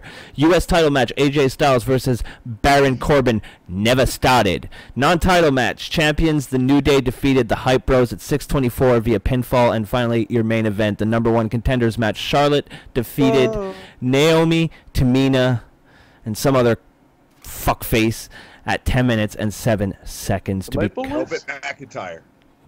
I hate everyone. All right, Shane O'Mac is back, and he starts talking some shit on Kevin Owens. This sucked. This was Shane is not the Shane from back in the day. I'm sorry, age has not done wonders for him in promos. This was not convincing that he just saw his father just get the shit beat out of him. And he has no neck. He has no neck. Maybe he can call that professor from Antifa, and they could swap, take a bit of his neck. Oh my god. Oh. Did you guys see that dude? Let's not get distracted by politics, but did you guys see that dude on Tucker Carlson? I needed a second to process if it really was a man. I just didn't know. I was like, I thought it was an animatronic where they fucked up the proportions. Yeah. It was no. That's a real human being. Oh man. Robbie and Drew, do you guys know who I'm talking about? Tucker Carlson's a dick with a bow tie. No. You can't cuck the tuck. Can't cuck the tuck. But yeah, Don't cuck the tuck. No, you don't. That's actually a meme. It's a funny meme. It's great. Right, so he started the show. Oh, Robbie doesn't like the political talk. No, I'm just angry. Oh, I'm okay. angry. Okay, go ahead. Robbie, do you agree that this was the shits? I hate the whole show, but I'm willing to start the show started as it meant to go. Well, we're gonna give you a chance to hate it very like in a very prompt order. So just tell us. Piece by piece, get into this pie that is shit fest. Exactly, bit by bit, bite by bite. You're gonna eat this shit stew, and we're gonna get through it together. All right, Robbie. So we're holding. Becky Lynch is the cherry. Becky Lynch is the cherry. Yeah, but I love how he waited till you were done. Becky Lynch is a cherry, and then like it's never turned heel in my eyes. He's so classy. It's all it gets all quiet, and then all you hear is Samon. Is that when he just went like randomly? I'm Sven. Oh my god, I'm Sven. Oh my god, that was fucking funny. God, that was fucking funny. And it was so random too. There was no reason for him. But we're getting boys. Call the natural. We're getting Kayfabe Today. We put ourselves over all the time. That's all we do. I started this podcast. I didn't even start this podcast. That's fake news. All right, Robbie, why did you hate Shane McMahon so much in this promo? Okay, because it just doesn't come across as real. All right, I'm not being funny, but if some I was going to say the F word. Faggot? No. Oh. I was about to body shame. Fat? If some man had beaten up my dad to the point where he was bleeding all over his own fucking ring. Aw, thank you, Robbie. I'd have just been like, I wouldn't have even cut a fucking promo. I'd have gone in the ring and I'd have said, next time I see you, I'm going to cave your fucking face in, fucking twat. I love you too, son. Something along those lines. Instead, he was like, so we are going to have a Hell in a Cell match. And exactly. It's going to be great. And you are not going to enjoy it, Kevin Owens. Kevin Owens is a misunderstood big man, but I'm going to still find a way to get there. And this is SmackDown. Kevin Owens, you are going to pay like no other for what you did to my father at Hell in a Cell. Yeah, it's very, very robotic. It was like a horrendous, like, you know them RPG video games where like the voice overs. It was like Final Fantasy X in-ring promo. Yep. You are going to pay. You killed my dad. That's my receipt for the Becky Lynch because you know how much I hate Titus Brisket. Yep, so. That's what you get. Yeah, it was just, like, I don't understand why you'd come out and just cut like a reasonably lengthy promo. Just it was to the point. Yeah. Like Shane McMahon came back. Long-winded. Yeah. And for nothing really. It was long-winded, and it's one of these promos where he talks a lot, but he doesn't say too much. It's not even that Kevin Owens was there. Long-winded to the bullet points to where like the outcome was for a match that was already fucking announced last week. Like we already knew this. Yeah. Anything new? No. Okay, next. Yeah. What have you done for us recently, Shane McMahon? In fact, if I was booking it, I would have had Vince get beat down last week after just spouting some shit. Then have Shane McMahon come out this week and say, "You and me, Hell in a Cell, let's do it." If I was booking it, I'd be giving Owens lines like, "Well, it's not like you fell out of a plane or anything. Come on, Shane." Well, he did say that his family would be better off if he died. They did that, but they went the Charlotte route for 1 week of a shock line. They need to keep that consistent. Right. Didn't do with Charlotte. They upset people with mentioning Reed, and then they stopped. They pandered. You know, fuck your feelings. Yeah, it's wrestling. We're up there. You have to talk shit. What did you say, Robbie? What did you say? Did you say grow a pair? I will not have your toxic masculinity on my podcast. Even though I pointed to my crotch at the beginning of it. Whoops. Am I H3H3? Because I'm a hypocrite. YouTube jokes. You didn't point to it. That's true. I chopped it. But I didn't do the pussy chop that they do now, where they don't cross. You know, they kind of just point to the crotch. No, you got to X that up. Boy. You could be a true leftist and spin it and say you're cutting it off for feminism instead as a crotch Oh, job. my God. I'd rather kill myself. We're not feminist. We were live from feminist jail last week, so I don't know if they want me to embrace them. Yeah, this was terrible. This was real bad. Yeah, it's so bad we're talking about feminism, so let's move right along to something something even greater, Randy Orton versus Aidan English. I'm pissed they never let him sing. Elias too now. Elias, I like him now, so I want him to sing. But they never let him sing. It's sad. They never let him finish a song. The finish looked cool. That was all right. The RKO. Oh, yeah, off the top rope. Yeah, that was all right. It was just bland. I mean, it was fine. It looked good. Very basic TV match, I guess. What happened after, though, is the question. We've been saying for weeks, like, oh, they're buried Rusev. What was this? I mean, he did need help from English to win it, but he did. He beat Orton with, like, a big boot in 2 seconds. Tense. I love how match Orton has had, though. But that was the thing. That's what he would do, so I get that. It made sense. Rusev's in a really funny place, man. I don't know where Rusev's at in his career, and in their eyes, backstage. He's on about leaving soon. Oh. I've seen that. I've seen the cryptic tweet, and then Lana, like, retweet something like that, Robbie, a couple weeks ago. So, who was it? Was it Meltzer that was on about, he's going down, he was threatening to go to New Japan. And they told him that they'd change all his storylines or something like that. And he kind of For what it's worth, I don't kiss a lot of New Japan ass a lot, but I'd love to see Ishii and Rusev. I think that would be a hard That'd be amazing. Badass match. Oh, good God. Big lads. Big lads. Big fucking Big, lads. oily Awesome lads. squad. Yeah. I'm a fan. Oh, my God. Sorry. So are you ready for... This was interesting, how they did this, Broski. Yeah. I liked it. I mean, I'll be honest, I didn't really pay too much attention to SmackDown. I was really fucking bored by it. It was a rough show to get through, to be Yeah, honest. it really was. And this didn't make it any easier. You guys ready? It's time for Racism Hour with Jinder Mahal. Okay. Here you go. Wait, okay, go, Robbie. Go, Robbie. Right. Let me tell you. Okay. So anyway, here's my opinion on... No, don't you fucking dare. Right. Okay, let me tell you what was wrong with this. Here you have brown man. Okay. Brown coloured man that is the top guy that is doing absolutely nothing with the belt. And he blames it not on himself, but he blames it on the people not accepting him. Then this man... Sounds about right to me. just goes on and racially abuses another member. He racially abuses a co-worker, which in my books is in fine and in line for a dismissal, lads. Instead, this co-worker is a pussy. Okay, so... Wow, Robbie's fired up.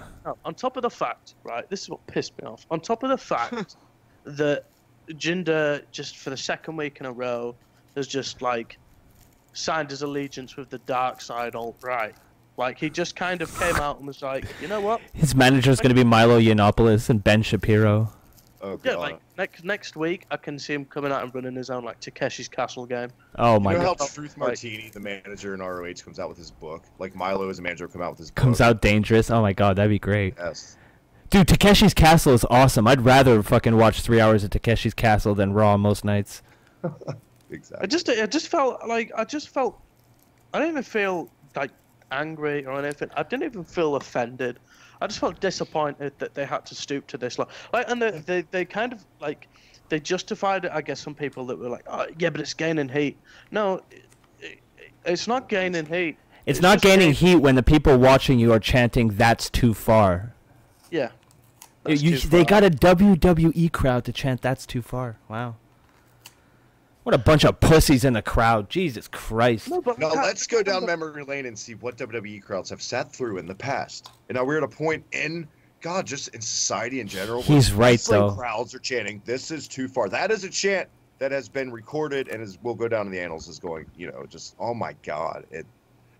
It wasn't too far, though. This is exactly the kind of heat they would have done in the 80s with Slaughter, the Sheik, all that shit. People just can't handle it now. They can't. And yes, I agree, though, Rob. It was lazy. That's what it was for me. It didn't shock me. It just pissed me off, like, really. Like, that's so uninspired. There's so many ways you can book this. The problem is, okay, so the problem is, I don't mind them doing that in the 80s and 90s, but now they've shifted it towards the PG era, and they're doing the whole be a star thing. I feel like they may be chanting that's too far to kind of cover the backs of the fact that maybe people will start thinking, because you know how kids get, like, they kind of see what they see off television and think is acceptable. Like, this is the standpoint that's probably made the WWE release that statement, in that they don't want kids to think that's acceptable. But I don't know. Now they've shifted it towards the PG era. It was a little too far. However, if it was still TV-14, it wouldn't have been too far. It'd have been just like an average promo. So that's the difference. But the issue is that, take all the racism out of it, booking wise, logically. This whole promo negates everything Jinder's been trying to stand for months. It totally cancels everything else. So it doesn't even really make sense. Well, it's funny because like the guy who's been complaining about xenophobia and racism since he won the title is now being xenophobic and racist. So he just came off as a hypocrite. So it's just like, well, which I guess is a good thing if you're a heel, but it just smacks of, oh, you know, like some writer put on CNN and is like, oh, there's a lot of racial tension in the air in America right now. How can we work this in? Let's work it into an angle, which if done right can be very entertaining. This by, you know, bottom of the barrel, like, hello Jinder, hello, like, really? Like, I'm not gonna lie though, as bottom of the barrel and as lazy booking, like we said, is the lines we're given in the promo. For me, say what you will, come at me.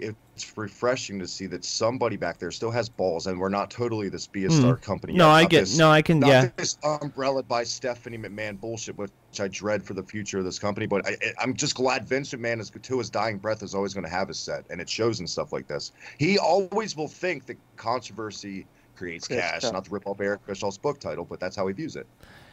Yeah, it's a touchy subject because in the 80s this would have gone by without anybody saying anything. It would have been fine. There would have certainly not have been any, even in the 90s there wouldn't have been any kind of this is too far chant or that's too far chant.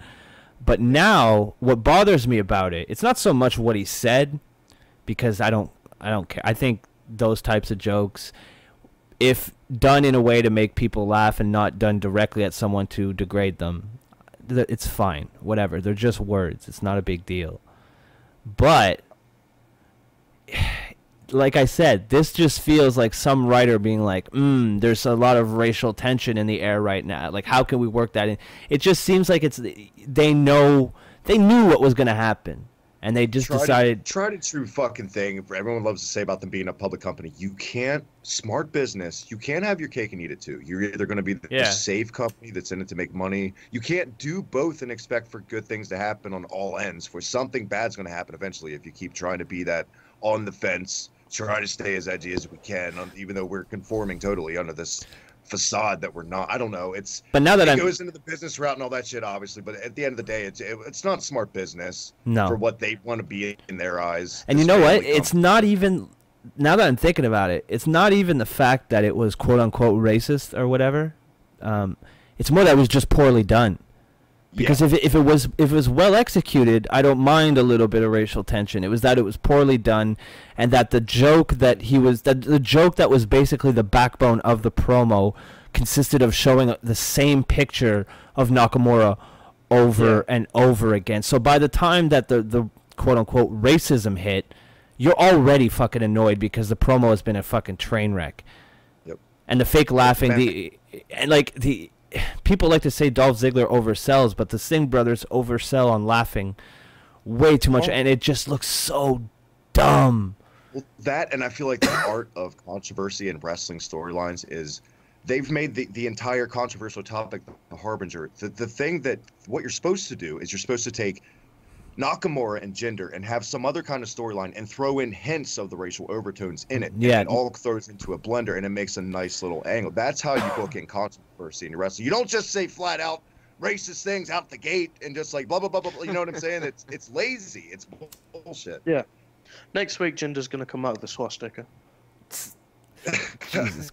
Like, I think that, but they also, the other thing as well is that they have all these child like sponsorships, and it's so fucking weird that they've kind of thought, all right, let's, and you are right in that controversy creates cash, but they can't afford to do this kind of controversy in such time. Vince Yeah. doesn't understand that. In 2017 as well, not like the time, but the current like tension around like the whole like.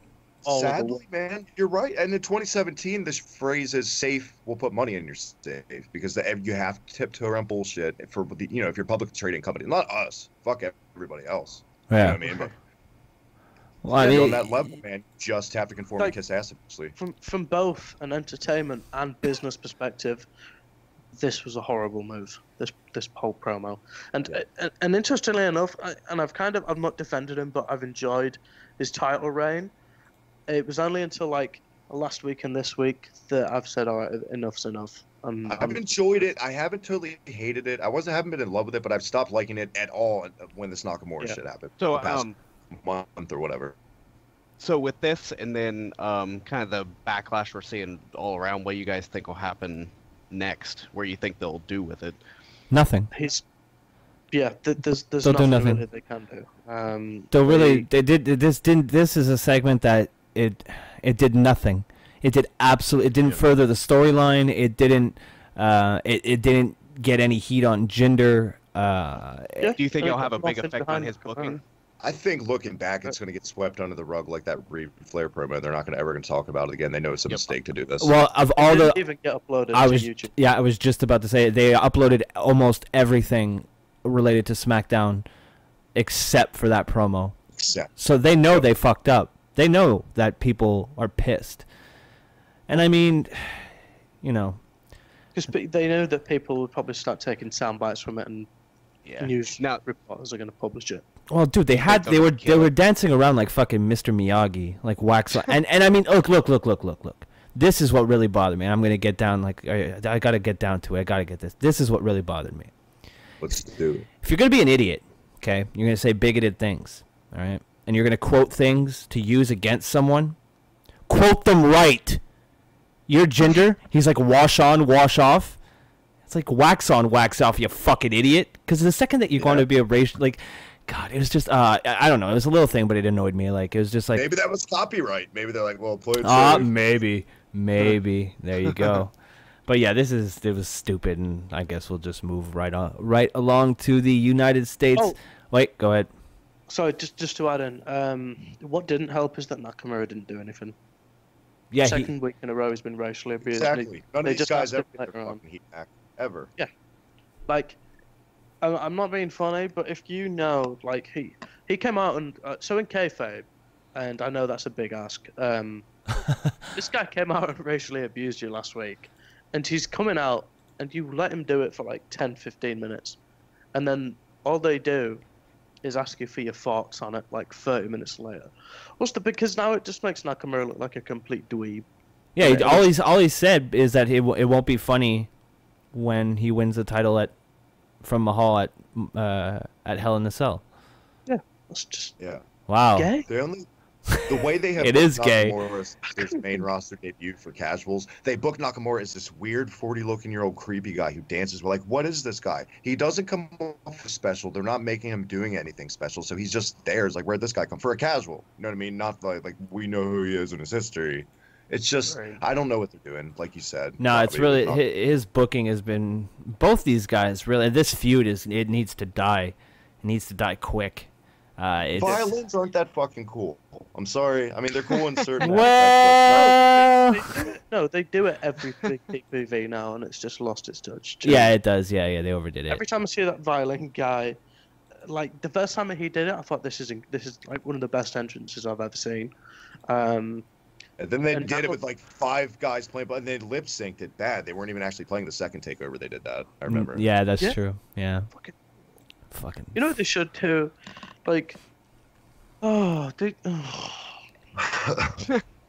I don't even know. I was going to come We with a lot. exhausted him halfway through SmackDown. We're Yeah, not there even was at- still got There's the. still so much rage for me to bring us up. Well, get fired up because up next we had a U.S. title match with AJ Styles versus Baron Corbin that never got started because Tyler Dillinger decided to get involved and get a little bit of redemption. So yeah, Makes Potentially the best sense. part of the show. Actually liked it. Like that aspect to it. yeah, I did too. It's nice to see Ty Dillinger on TV. I like him. Oh, He's warming up. He's warming up on. I'm getting. Yeah, he's all right. He's all right. Canadian. I don't care. Canadian. I don't. He's but he's from. Yeah, but he's from Ontario, so. There's not the need for it. Like I, it's good that he got his revenge, but I was kind of disappointed that it happened just before the match started. Like, 'cause I wanted to see a couple minutes of it, but we didn't. Well, I'm sure. Don't worry. I'm sure we'll see it. I didn't get Corbin selling the injury as well. I didn't get that. I didn't. I think if I booked Corbin, I'd have him just kind of scurry off rather Is he than. really injured? I didn't look at that on the news, or is that a work? I've not heard, I think it's a work. I've not heard it. No, it was definitely a work. That's why I didn't get it. You had this big bruiser, and I was just rolling around about his ankle. I hurt my ankle and then I rolled it. I rolled my ankle before skateboarding. I got up and I drank a bunch of vodka and wanted to play drums the next day. Didn't go to the hospital because I had a show the next day. It was like 03. So fuck you, Baron Corbin, and your lawsuits with football and your that controversy. Jesus. And he said that he said that he felt violated. God, you can tell this guy's on the left. Never told anybody to. Never told anybody the company was a snake about it too. Keeping that under wraps. That like nobody would know that would come out. Like, we should invite Baron Corbin to our group chat and watch him like tear this podcast apart. Make fun of metal. Hey guys, are you ready for Charlotte to thank all her fans for being nice to her old man? Just make fun. No, yeah. This is another weird segment. I know they're pushing her as a face, but it comes across weird when like. I don't know how long ago it was, but she just said she wanted fucking nothing to do with him. But now she's selling this fucking book. She's like, I want to thank my dad for all of this. It's also like so sorry your dad almost died. Well, here's your push. That's what it comes off like to me. Yeah, pretty much. It was a promo. Whatever. Let's set up some stupid match for later on. We'll get to it. I'm really enthused about it. Champions New Day versus the Hype Bros. Best part was when the Usos came out because I like their music. Yeah. So. Yeah. It was all right. It was all right. It was fun in the closing stretch, but that's it. Then Kevin Owens joins us live via satellite, and he said, "Owens widescreen."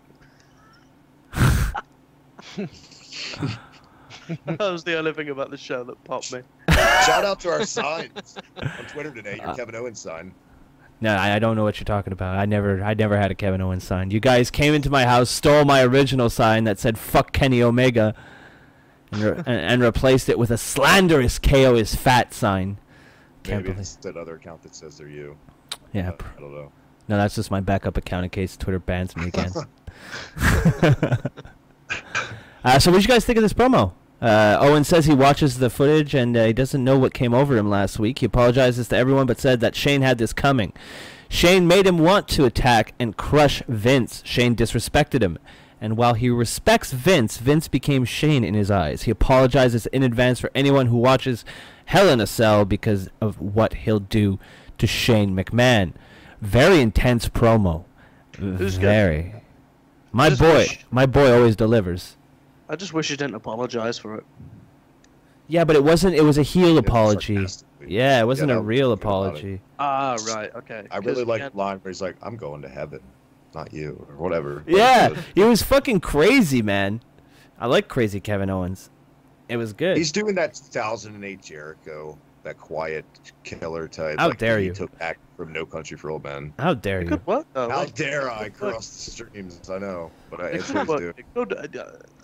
It could work very well for KO though. Yeah, because he can do it. Yeah, because he looks like a guy that could flip his shit any single minute, and he doesn't have to go over the top and do the comedy stuff. Like, I'd especially as a heel, I'd very much buy more into him, especially when he was doing like his fuck Ring of Honor stuff. Like, if he starts doing that with fuck WWE, I'd salivate. I'd buy all the Kevin Owens merch. I feel like the sudden push of Owens is like Vince finally got around to seeing footage of him as Steen in ROH. That's one. And two, Broski, I know, in all seriousness, with Kevin Owens, do you think him in a suit suits this character, or you think it takes away from what it should be? No, I think it works for him. I think it works for him because you don't take a guy to a heel persona. Exactly, and you don't take a grown man in shorts seriously. At least I don't. Yeah. I don't know. There's something about shorts. My best friend wears shorts all the time, and every time I see him wear shorts, I'm like, he sits down. Well, he sits down, and his shorts go above his knee, and his knee is really hairy, and it's gross. I don't want to look at it. It looks like you're sitting next to a giant caterpillar. I mean, Brock Lesnar could wear a fucking dress, Robbie, and I wouldn't even. Brock can do whatever the fuck he wants. Yeah, he can wear whatever. You guys see that picture of Brock Lesnar's daughter that's been going around online? Where she? And I didn't think it was first in it. I thought it was I said this on the Future Wrestling podcast, but when I first saw it, I didn't have my glasses on, and I was at quite a distance, and I was like, oh, that's a weird Brock Photoshop, and the closer I got, the more horrified I became, because I realized, I was like, oh my god, that's another Brock. That's another Lesnar. Oh, what the fuck? What if he hears this? I would like to say, I think your daughter's beautiful. Yeah, Brock, and what am I saying? Brock, I want to take your daughter to prom. Exactly. And bang her with my giant... Wait, what? Great genes. I mean, in all seriousness, not even with Rita Mero, and that's what you get. I don't know if that was... No, that wasn't her. No, it wasn't hers. Okay. Oh, okay. That's too bad. Jokes aside, I'd happily fight. Did he have sex with himself? Just to say I did it. Jesus Christ. Turn around to the grandkids in my wheelchair and be like, you want to know how I got here? You'd be like, well, one, because you suck. Oh, and then he just rolls his ass out of there. Yep. It's just like Mike Brock Lesnar's pushing in a wheelchair roll off. Up next, it was everybody's favorite part of the show, the Dolph Ziggler entrance karaoke extravaganza. Get rid of him already. I'm so, I thought it was kind of funny like 2 weeks ago. Last week I was like, this week I'm like, fuck off. I'm just glad Ziggler's making all this money doing what my kids do every day when they see wrestling. They pretend they're doing an entrance. So shout out to him for making that dollar. It looks like fun. It does. I wish in a way, because it'd have been funny, if when he said he was imitating HBK, he just came out as himself. When they go, oh my god. when his bodyguard again. When they go to Chicago, he needs to come out as Punk. Oh, yes. Yeah, absolutely. I think they're going to do that. Is that anytime soon? I think they're going to Chicago relatively soon. Let's see. Yeah, it's relatively soon, but it's not going to happen. Look at that booking, that on-the-fly brilliance on Kayfabe Today. Only here. That's fucking genius. Man, it's like they need to. They need to. Just like if they went to Calgary, they need to do. They need him to do Brett, or even better, do Owen. Do Stu. Well, the reason I know. Hey, Dolph, why don't you do Owen and chuck yourself off the building? Oh, that's one of your heroes too, and you would do that to one of your own personal. I just said it so Robbie wouldn't say it. I wouldn't even say it. I think Chris Benoit when he comes out with like an AK-47. No, he just starts choking people out at ringside. He just comes out of a pillow. Daniel! No, but they Jesus Christ. A lot of people are really like expecting this. I just upset myself. Give us a minute to process that, Robbie. What just happened here? For Christ's sake. I yelled Robbie's out. trying to move the train. You can't just move along to the next stop after that kind of line. I yelled out Daniel, which was the name of Chris Benoit's kid. Yeah. Or you could have said Pooh Bear. That's what he called him. Oh, that's even worse. Jeez. Yeah. How do you know that, you fucking Rain Man? And I'm the. I love documentaries. Yeah, so do I. So do I. I wanna sit in a big beanbag chair with you, Travis, and watch documentaries.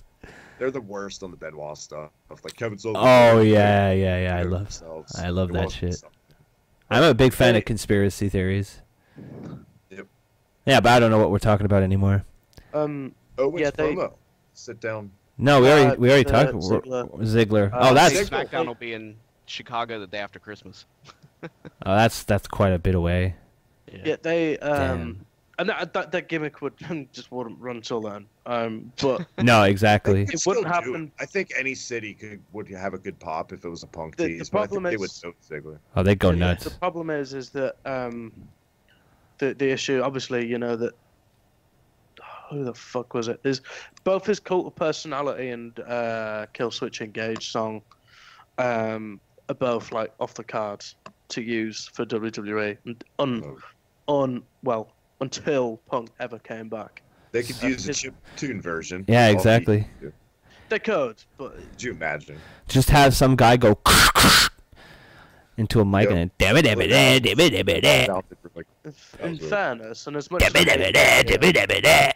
you wouldn't even have to do the whole song. You could just do the and people would. your anger. I know you do. go to personality. They should make him do. They should. Oh, here you go. It'd be something fucking stupid. Roman Reigns versus John Cena. The Undertaker's music hits and Ziggler comes out and goes, "Oh, I'm on both brands now." I'm here to show the world. All right, number one contenders match. Who cares? Charlotte won. It was bad. It was bad. Yeah, I didn't like it. It was actively a bad match, lads. I'm glad she's finally in the title picture, but right when she comes back after her dad, like, I don't know. It was kind of, Well, I don't know. And by the way, Natalia on the mic was the abysmal. Oh yeah. Oh yeah. I don't know. I thought overall it was okay. It was really clunky early on, but I felt the closing stretch was all right. It was decent, I guess. I just don't even care. It's another shitty main event. I hate these things where I feel like they're just putting the women as the main event for the sake of putting the women as the main event. What did Drew think of SmackDown for what he saw? Yeah, Drew. Drew fell asleep an hour ago. Right. He gave away all his Mountain Dew, that's why. Exactly. I just like everybody else. I didn't think too much of it. Drew didn't watch SmackDown. I watched pieces of SmackDown. That's but good enough. the You pieces could of even cherry pick this show because it was pretty much all, aside from maybe 1 minute of the entire 2 hours, was actively bad. Usually don't cherry pick when all the fruit's rotten, and that's what this was. Wow. Incinerated the tree, lads. That was well said. We're getting better at this, boys. Hashtag teamwork. All right, boys, you ready to do some quick? You guys ready to do some quick No Mercy predictions before we get the fuck out of here? Oh, also, can I just mention that NXT was incredible this week? There, you just I did. like the sanity thing, standing behind Red Dragon and Cole. I thought that was pulled off The tremendous. main event was well worth the watch. I'll go back and And, watch it. oh my God, Dakota Kai popped up. Oh, let my heart be still. Sorry. Easy, big fella. Oh, easy. Easy, because if you follow with those feelings, people in your life will show you no mercy. Huh? Huh? Wasn't bad, eh, boys? All right, so here we go with some predictions. Here, the Cruiserweight Championship. Neville versus Enzo Amore. Does anybody believe Enzo is going to be the one to take the strap off Neville? God, I hope not. I don't think hope so. not, but I can see it happening. So can It's I. going to be Neville dominating every step of the way with them trying to make Enzo look resilient no matter what, but it's going to be just Neville winning clean, I think. Enzo is there to get more eyes on 205 Live, and it's done that just because he's a fan for the casual fans and stuff. Yeah. And Cedric Yeah. Alexander is going to win the title before Enzo. Well, Cedric's doing Evolve this weekend, isn't he, Drew? Yeah, I saw that. two shows. Yeah. Cedric's winning Evolve. All right, so Amazing. Drew, you're going with Neville. For Neville, Sure. Travis, Neville. Robbie. Neville. All right, I'll go with Neville. Finn Balor versus Bray Wyatt. Bray. Bray. Right. Wait, who won the match at SummerSlam? Finn. Then. Bray. That's why I'm saying Bray Wyatt. 50-50 booking. Yep. I don't Did Bray think win the Joe's last here, but I think Joe's going to come out and call Finn in the match. All right. Ooh, hello. What about you, Drew? Oh, that's a good point. I'll go with Balor just to be different than everybody I else. thought you were gonna say just to be a dick. Just to be a fucking Dickhole. fuck. I'm gonna be a fucking. I'm gonna be a contrarian fuck right now. Fuck you, Bray Wyatt. I'm going Balor. Finn, fuck you, I'm out. I'm going. This This fucking edgelord over here. Oh, yeah. Finn, you fuck you, bye. Did you say Finn, you fuck you, bye? Finn, you fuck you, bye. Intercontinental Championship match. Champion The Miz versus Jason Jordan. Jordan. Really? Yep. Really? Really. Okay. I'm gonna go The Miz because I don't think Jason Jordan's there yet. I'm going to go with I the think Miz. they feel like he's not there, but he needs that title to be there. Ah, fuck. I think, yeah, fuck, you're right. Jason Jordan. Yeah, I'm only saying Jordan because the chance, if he wins the belt, it's an opportunity for them to take the complete shine off the fact they have around the angle of Kurt Angle being his dad. Oh, that's fair. Yeah. And That's fair. they made a really big deal already about the Miz's title reign record, and that's kind of he's got a really long way to go to catch the next person, so they're not going to keep it on. Yeah, I don't think it's going to happen. And the fact that he's 3-on-1 outnumbered with the Miz Taraj, I don't know, I can just see. It's going to add to the win to that title streak. That's why they've been saying it more. It's going to add to the Jason Jordan winning the title. Yep. I think. That's the only reason they're mentioning the streak is to make it more impressive when. Yeah, it's a big deal. Yeah. But it's not going to work. Nope. It's no good work at all. Tag team championship match. Dean Ambrose and Seth Rollins, your champions, versus Sheamus and Cesaro. Nobody wins. Ambrose and Rollins. That's what I'm going with. Yeah, me too. Shield all the way. There's no reason for anybody to win. Where do they? The thing is, where do they fucking go? Do they just give it back to the club? And Maybe the Revival will come back. The Revival come out dressed as the Conquistadors and take the masks off, and it ends up being them. Then the Revival take their masks off, and it reveals to be Edge and Christian. Look at that. It's a teamwork booking right there. The Naked Gun movies. Oh God, those are so good. I love those. All right, Robbie, who do you think is going to win this? I'm nobody, but pick one. Ambrose and Rollins. All right, Drew. Ambrose and Rollins. Travis. Shield. Oh yeah, that's true. You were the first one to ask before. Women's Championship match: Alexa Bliss versus Cash Me Outside, Nia Jax, Emma, and Bayley. Oh fuck. Christ. I'm going with my big girl. I'm going with my Nia Jax. The Queen Latifah of pro wrestling. The Queen Latifah or the Missy Elliott, really. There you go. Either one. I think it's the right time. People, there were quite a few Nia Jax chants. She's not like most girls, so why not? Why not? Yeah. Now let's get into something. All right, so I'm going Bliss. I'm not going Jax. I'm going Bliss to retain. Nice. Okay, Travis, Bliss, Drew. You know what? I'll agree with that, just because I think there's more time. Oh, you. That one. So the thing is, if Bliss retains, there's nothing for it to be. Asuka turning up. Yeah. Asuka Bliss. I'm all for that, actually. Yeah, Bliss. Oh, you sons of bitches! Y'all turned on me.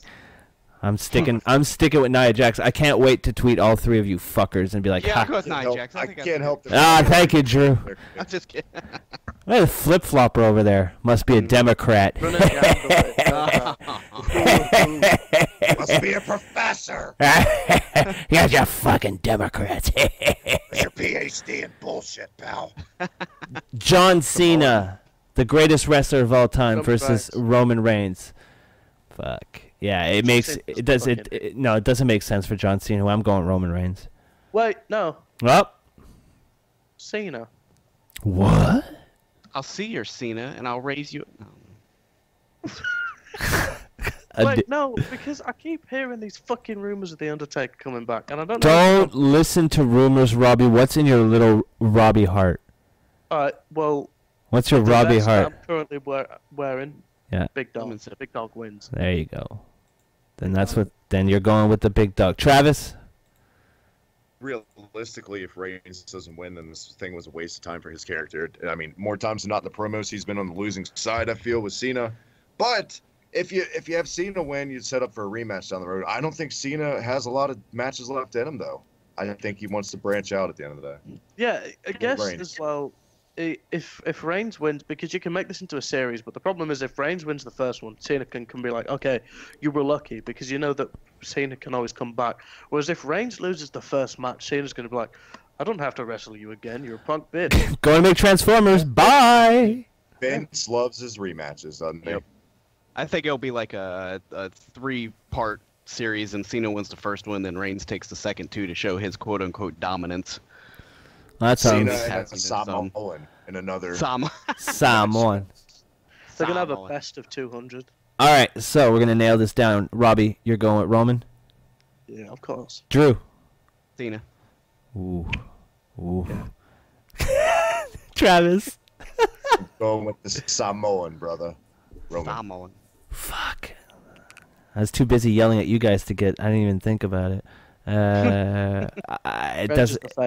Because now I'm thinking best of 3. Just say Samoan, because it's fun to say. I'm going with the big Samoan dog, Roman Reigns. There you go. And finally, No Mercy's main event, the Universal Championship, will be on the line. Brock Lesnar versus Braun Strowman. Braun Samoan. Samoan. This is simple for me. Big Show didn't just step away as the company's giant for a reason. The time is now to pull the fucking trigger on Braun Strowman. John Cena's Brock will not be hurt if he loses here. He won't, because he's going to look strong. Do it. You got nothing to lose. Take a chance, take a fucking risk, and put it on Braun, at least for a month. Hell, look at Gender's reign. Strowman all the way, baby. Whew. Fire take right there. Braun Strowman is my favorite wrestler in the entire world right now. Wow. He is. He is everything that a wrestler should be. He can talk. Not Laurence Olivier on the fucking mic, but look at the fucking guy. And in ring, he's agile like the British Bulldog. He really is. He is pretty agile. He's my fucking guy in my pick, like I said. I'm going with Brock. After all that, just that was fucking funny. Wow, the timing on that was perfect. Yeah, I'm going for Brock. I'm not trying to be a dick, but I'm Take gonna your soda back. I don't want it. It's a difficult one because either way, everybody wins. Like, if Strowman loses, fuck it. He probably, I don't know though, because the way they made Lesnar look really like damaged goods in the Joe match makes me feel that I don't know, that it could be, maybe Lesnar's time is up and Strowman's time is now. I don't feel like he was damaged goods because the very next night of Raw, whatever, he was just Brock again. It's like nothing happened after he beat Joe. I don't think Brock can be hurt, just like an Orton, by the booking. I mean, you can always hurt a guy in any kind of booking. Trust me, you can cut his legs off. But none of these guys, by putting a guy over, it's going to hurt their career, especially Brock, who's the biggest drawing guy in the company. But I think Braun one day has the potential to be on that level of drawing power. He has it. Yeah, he does. That's gonna be. And you're right. You're totally right. The best thing said all night. We as fans win because I'm so hyped for this match Sunday. I really am. You could sporadic book Braun and get away with it as well. Like, he doesn't have to turn up every week. Do you think Braun is at that stage, Robbie, where Braun can't really be hurt? I mean, he could eat a bunch of losses and be irrelevant. They could Mike Knox him like Mike Knox was, but I don't know. The thing is, he's losing to top tier talent. Like he absolutely pummeled. He came off a great rivalry with Reigns, and then he pummeled Cena. He lost, but he pummeled Cena, and now he's fighting like the most legitimate guy in the history of the sport. So, is that his only 2 pinfall losses? Was Reigns and Cena? Pretty much. See, there you go. He's. I mean, if you don't count when he was a Wyatt, he lost. Well, that doesn't count at all. That doesn't count. No, that didn't exist. That's like almost a different gimmick. It's like Husky Harris didn't exist. Yeah, never. Who? Exactly. Like father, like son. Boom. What a note to go out on. Look at that father-son moment. Oh, I don't get to make a pick? Oh, I don't get to make a pick. I don't get to make a pick. I'm interested in your pick. Oh, Travis is wrapping it up. I really like doing that. I almost got caught in that voice. It would have been like that for the rest of the show. Oh, hello, welcome to Kayfabe Today. I closed down the... Bobby Heenan after the... Oh, no. God. I'd be a hypocrite. I'd be a hypocrite if I didn't laugh. That was pretty good. Oh, what a little shit. What a scamp. Little rapscallion, if you will. I'm going with Brock Lesnar. Yeah. Yeah, because Brock can win and Braun can lose, and they can both look as strong as each other. But the main event would have to go more than 10 minutes. I just think that Say that, Broski? Do you book that for like the next pay-per-view, the rematch? The thing is, test this time. the problem, the only thing, my only issue is that No Mercy feels like a very throwaway pay-per-view for Brock to drop that title. To me, they must be. I don't know. Maybe not. Can you put them in Maybe Excel? that's why they want to do it though, because No Mercy has one of those stigma, those B-level shows. Where Yeah, nothing maybe exciting. keep somebody. Maybe. Yeah, keep people guessing. But it's that every title is on the line, and it's also got like that's a Mania main event worthy, as well as like the semi-final of the card is also a Mania. Like I didn't mean like when I said No Mercy felt like not the actual card itself, just the name. Yeah, just the pay-per-view itself. Like Well, you're right though. Like, you're totally right. It's always been one of those, like nothing really is going to happen. Like a filler. But like a Night of Champions or some shit like that. Is the next Raw show going to be the Survivor Series joint pay-per-view? I think yeah. Yeah, I think so. That would be the rematch. However, this one goes, that'd be a place to do it. That's what I'm thinking. Imagine having Brock and Braun on the same Survivor Series team. Blowout. It's just those guys of the team. That's all you need. 2-on-5 and Raw would still win. 2-on-20. Bring them all. Well, Strowman, we know Strowman can take out the entire Raw jobber locker room at once. So there you go. So that was Raw and SmackDown. Pretty shitty week in the world of WWE, everybody. Indeed. But I'm hoping that No Mercy will, kind of be the redemption show of the week. Well, our show is the only redemption for when the shows are bad. Because thank God it gives us nothing but material. Travis, that goes without saying now. Come on now. So yeah, we've come to the part of the show where we have to say goodbye. But before we do that, we're going to sell ourselves like a cheap hooker on a corner, starting with Drew. Drew, hey, where can we find you on the internet, and what in God's name do you do there? Oh, hi there. Hi. At Drew Ortman on Twitter, and you can find me at kayfabetoday.com. Stuff. I do stuff on computer. I type things and make pictures with funny things. He's good at that. Travis, you're up next. Well, I want to be a tried and true white meat baby face, and I want to thank all three of you gentlemen. My channel hit 500 subs this week, and you guys have given us so many new eyes. And of course, this is one of my favorite things to do. So thank you guys for bringing me aboard again. There you go. And thank all you guys who have subbed. And yes, HibikkiTMD on YouTube is where you can hit that sub and like button. Follow me on Twitter at @TheHibikkiTMD. Check out the reset button. Broski's going to be there quite a few bits this fall. Trust. Don't want to miss that. Slam Pigs podcast is back in full force. Slam Pigs Cruise Control, our 205 live show, and more ventures in the future. Hibiki honors, game reviews, everything in between. HibikkiTMD. Thank you, gentlemen. Robbie. Hey. Fuck the revival. No, you can find me. I'm also very happy to say that podcast intro video did get 4,000 views. Did it really? Yeah, it says 4,300 that I'm looking at. Fucking tits. But yeah, aside from the Watch the podcast get 12. I would like to say that it's been a great summer working in America, and this show also features the return of the famous Strong Style promo. So buckle up, lads. Yes. If you want to go to a show, stand by the ring, wrestle in the ring, look around the ring, go shopping for a ring, couple in the rings, hit the gym, lounge around, lie down, bring the pain. Here. Main Event Mania, Blade Till Dry, Complain Online. Strong Style Clothing has got you covered for every activity or situation or clothing that you wish to wear. If you smell what the Strong Style is fretting, then give me a hell yeah, brother. We get right? Promo 101 by Robert Radford. It's I'd beautiful. also like I'm also happy to announce that I'm back writing for Kayfabe Today, as well as letting the people hear my voice. I'll be reviewing. Wow, thanks, Robbie. What a generous gift you're giving everyone. lads, it's 5 in the morning. Oh fuck, that's true. But yeah, no, I'll be reviewing Raw on a weekly basis. I'm gonna get round to watching and reviewing New Japan shows. I'll also be reviewing, hopefully in the future, a famous German wrestling promotion called WXW. If you haven't heard of them, check them out. And Nobody knows who that is, Robbie. See, I set you up there. Don't say I don't do anything for it. Yes. I like it better. Who Jazzy Gabbard is. I like it better. I like it better when we're talking about Japanese wrestlers, though.